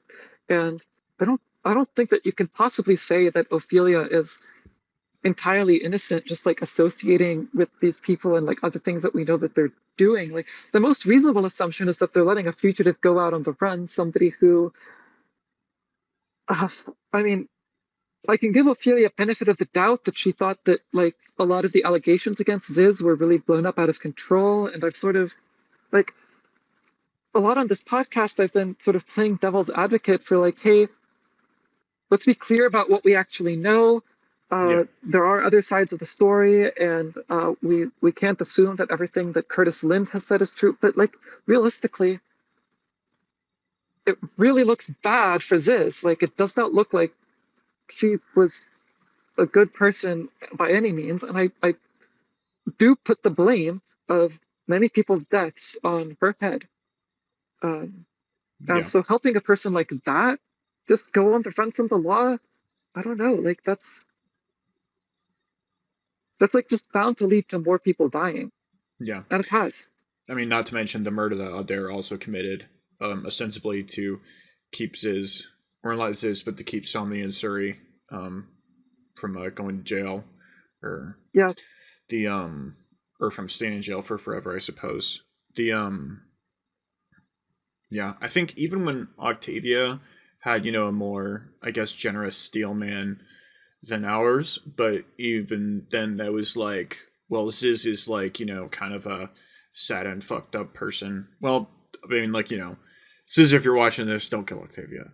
But like, Ziz is like has issues and doesn't always make the people around her's lives better. And you know the but I don't know. Even then, like looking at watching the interview with Kurt Lind, like this is annoying for me to say because no one can, really like verify it until like, whatever documentary it's gonna get used in comes out. But just listening to him talk, I was like, oh, this guy is just, like maybe he got a few details wrong. I mean, he did get a few details wrong. Like he said, they moved to New York instead of Pennsylvania and things like that. But you know, he's like an old guy with his memory going, but he's a good guy. And it's like I don't know. After seeing the man talk, I find it. It's not evidence, but I find it extremely difficult to believe that he would decide to murder these tenants in cold blood. And Oh, it's just, I would never assume that he decided to murder yeah, his tenants in cold blood because that like doesn't make sense. If if there's like a somewhat exculpatory side of the story for the Zizians, it's like the Zizians were acting in a really threatening manner to him in some Yeah. way, or like you don't the whole story of like, oh, he was like hoping to keep their property, like that's bull, right? Yeah. But like if he felt threatened by them and was just like, Although, sorry to interrupt you, yeah, he did seem to be under the impression that he was like, and then he was talking. He's like, I put in the, basically I started the eviction process, and I was awarded like all this money and back rent, and I figured I wasn't going to get it, but they're because they don't have any money, but then they're going to evict them, and then he was in his mind he was like the sheriff is going to come, and they're going to get evicted, and anything they can't take with them is they're going to like leave behind, and it's going to be mine, which is not backed up by the sheriff's office in the which I called today. So he did have a sort of maybe he was just mistaken about the law, and then he communicated that to them, and they were taking that as like extortion, and nobody really called the sheriff's office like I did and realized it's like, oh no, you're legally entitled, you got to hold it for 15 days. Like you can, if in like a secure location, you can charge them for that if it's like a storage unit or something, but no, you can't just throw their things away if they can't take it with them when you're evicting them. That's just not legal where they're at. you Um, know, the one story that I've heard, and I can't actually remember where I heard this, so take it with a grain of salt, um, is that they were like, the Zizians were trying to escape. Uh, like they were worried about Lind perpetrating violence against them, and they were mhm, trying to like quickly bail from the trailer park. And Lind saw that happening, and he was worried that if they left, that they would uh, like they would get away without ever paying the rent that they owed for 2 years. mhm. Um, and that's like a little more believable than like, oh, he wanted their stuff. But I don't know. In any case, I think that there has to be more. I think that he has to have like been scared or like felt that he was threatened and like that these Mhm. people needed to. But like I think that probably the most likely side of the story is that however it went down, and I don't know that I assumed that the Zizians just like decided to execute him, but that they attacked first. It's just like we've seen what like these people and people associated with them have done in other places, and just like Yeah. probably it's them who started the violence and not the person who has no other record of starting violence. But that's kind of all we have to Yeah. go on, in my view. I mean, when you put it like that, the group of people who are known to be violent, especially with like law enforcement or other landlords or things like that, I mean, you got like two strikes and like four fouls at this point, but it's like are they the ones who are like violent? There's and like or is it like the old man who's never done anything wrong, who's like all his neighbors love him, you know, and like I don't know. I know some small town tyrant landlords back in my day, just from like mutting about, and people don't love them. you know, it's Yeah, which is not to say I don't know. This is all just like I guess we're never gonna know, at least until the trial comes out, yeah. Of course, there's also like this. but also like they're whether or not they like struck first, the Zizians are just so uncooperative with every aspect of everything that I can't imagine that they're gonna be like it's like everyone in the courtroom is probably gonna be like it's like you can't even like if you're like this like like not offensive, but it's like if you're this like abrasive on every single level to deal with, then like you know it's going to be really easy to talk a jury into thinking that these people are antisocial. You know what I mean? Yeah. Um, I hope that they get a fair trial. They still have Yeah, got to prove like beyond reasonable doubt. But yeah, they're not helping themselves by how they're acting. But I yeah, don't think that it's their goal to help themselves, really. true, Um, true. uh, I would like for One them to thing get that a I want fair to keep in trial. mind I is would that like for them to not sabotage themselves so I can see the trial and have like my own satisfaction and peace of mind for like as far as like figuring out what happened for sure, you know. one thing I want to keep in mind in sort of like evaluating the character of Lind and like neighbors' impressions of him is, look, whether you take sort of the, oh, this is like a transphobia thing, or not, like the Zizians are unlikable people. There's no doubt about that. So like a lot of people who might actually have grudges against Lind might have been like saying very nice things about him because they're like comparing him with these other people who are involved in the conflict. I mean, Yeah. I know that I would totally do that if there's like if there's a literal cult that sort of almost killed my neighbor. I'm going to say very nice things about my neighbor. Yeah. Uh, That is a really good point, and you're right about that. Um, so in terms of like calling them a cult or not a cult, like what is your like what leads you? I guess like what are your thoughts on like why you would or wouldn't call them a cult? I think that like look, if I was trying to do like a technical distinction, are these people a cult, aren't they? There's like factors going both ways.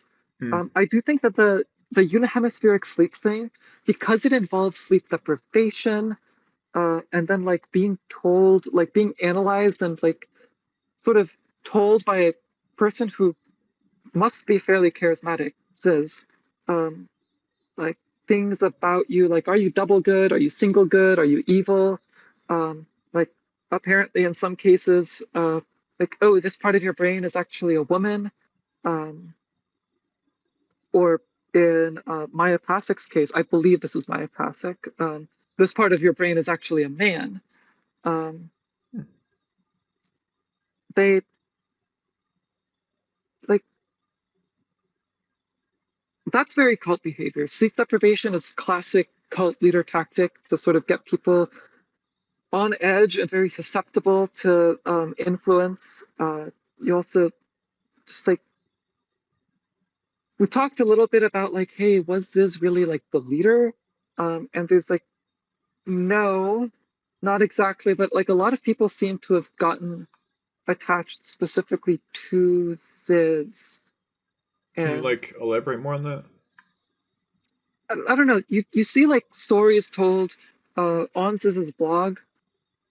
And you've got to take into account like this is perspective, but also in the comment section, especially in like the case of Maya Pasek, a lot of things like people are being told by Ziz like what their moral alignment is, what kind of um, like what kind of entity they are. Ziz has this whole typology of like different kinds of undead things that people are, um,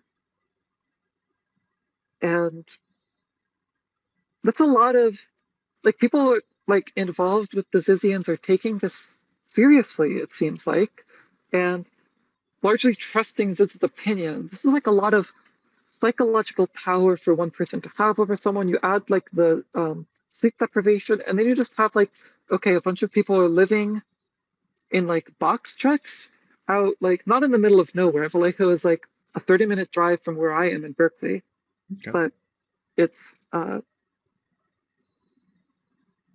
like a remote area of the city.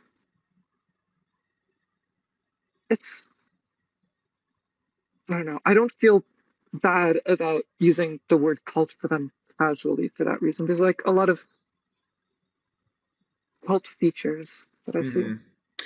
One thing to kind of piggyback off what you were saying, the confrontation between Gwen and Ziz on the tugboat Caleb, that where they describe almost coming to blows. It starts because I think Ziz is financially supporting them both, and then Gwen is not, I guess, super acknowledging or thinking about that. I guess like is the way that Ziz brought it up, but I mean, reading between the lines, it seems like she wasn't being as grateful or polite, I guess, about that as she could have been. Just like, you know, interpreting it as a bit more of a normie.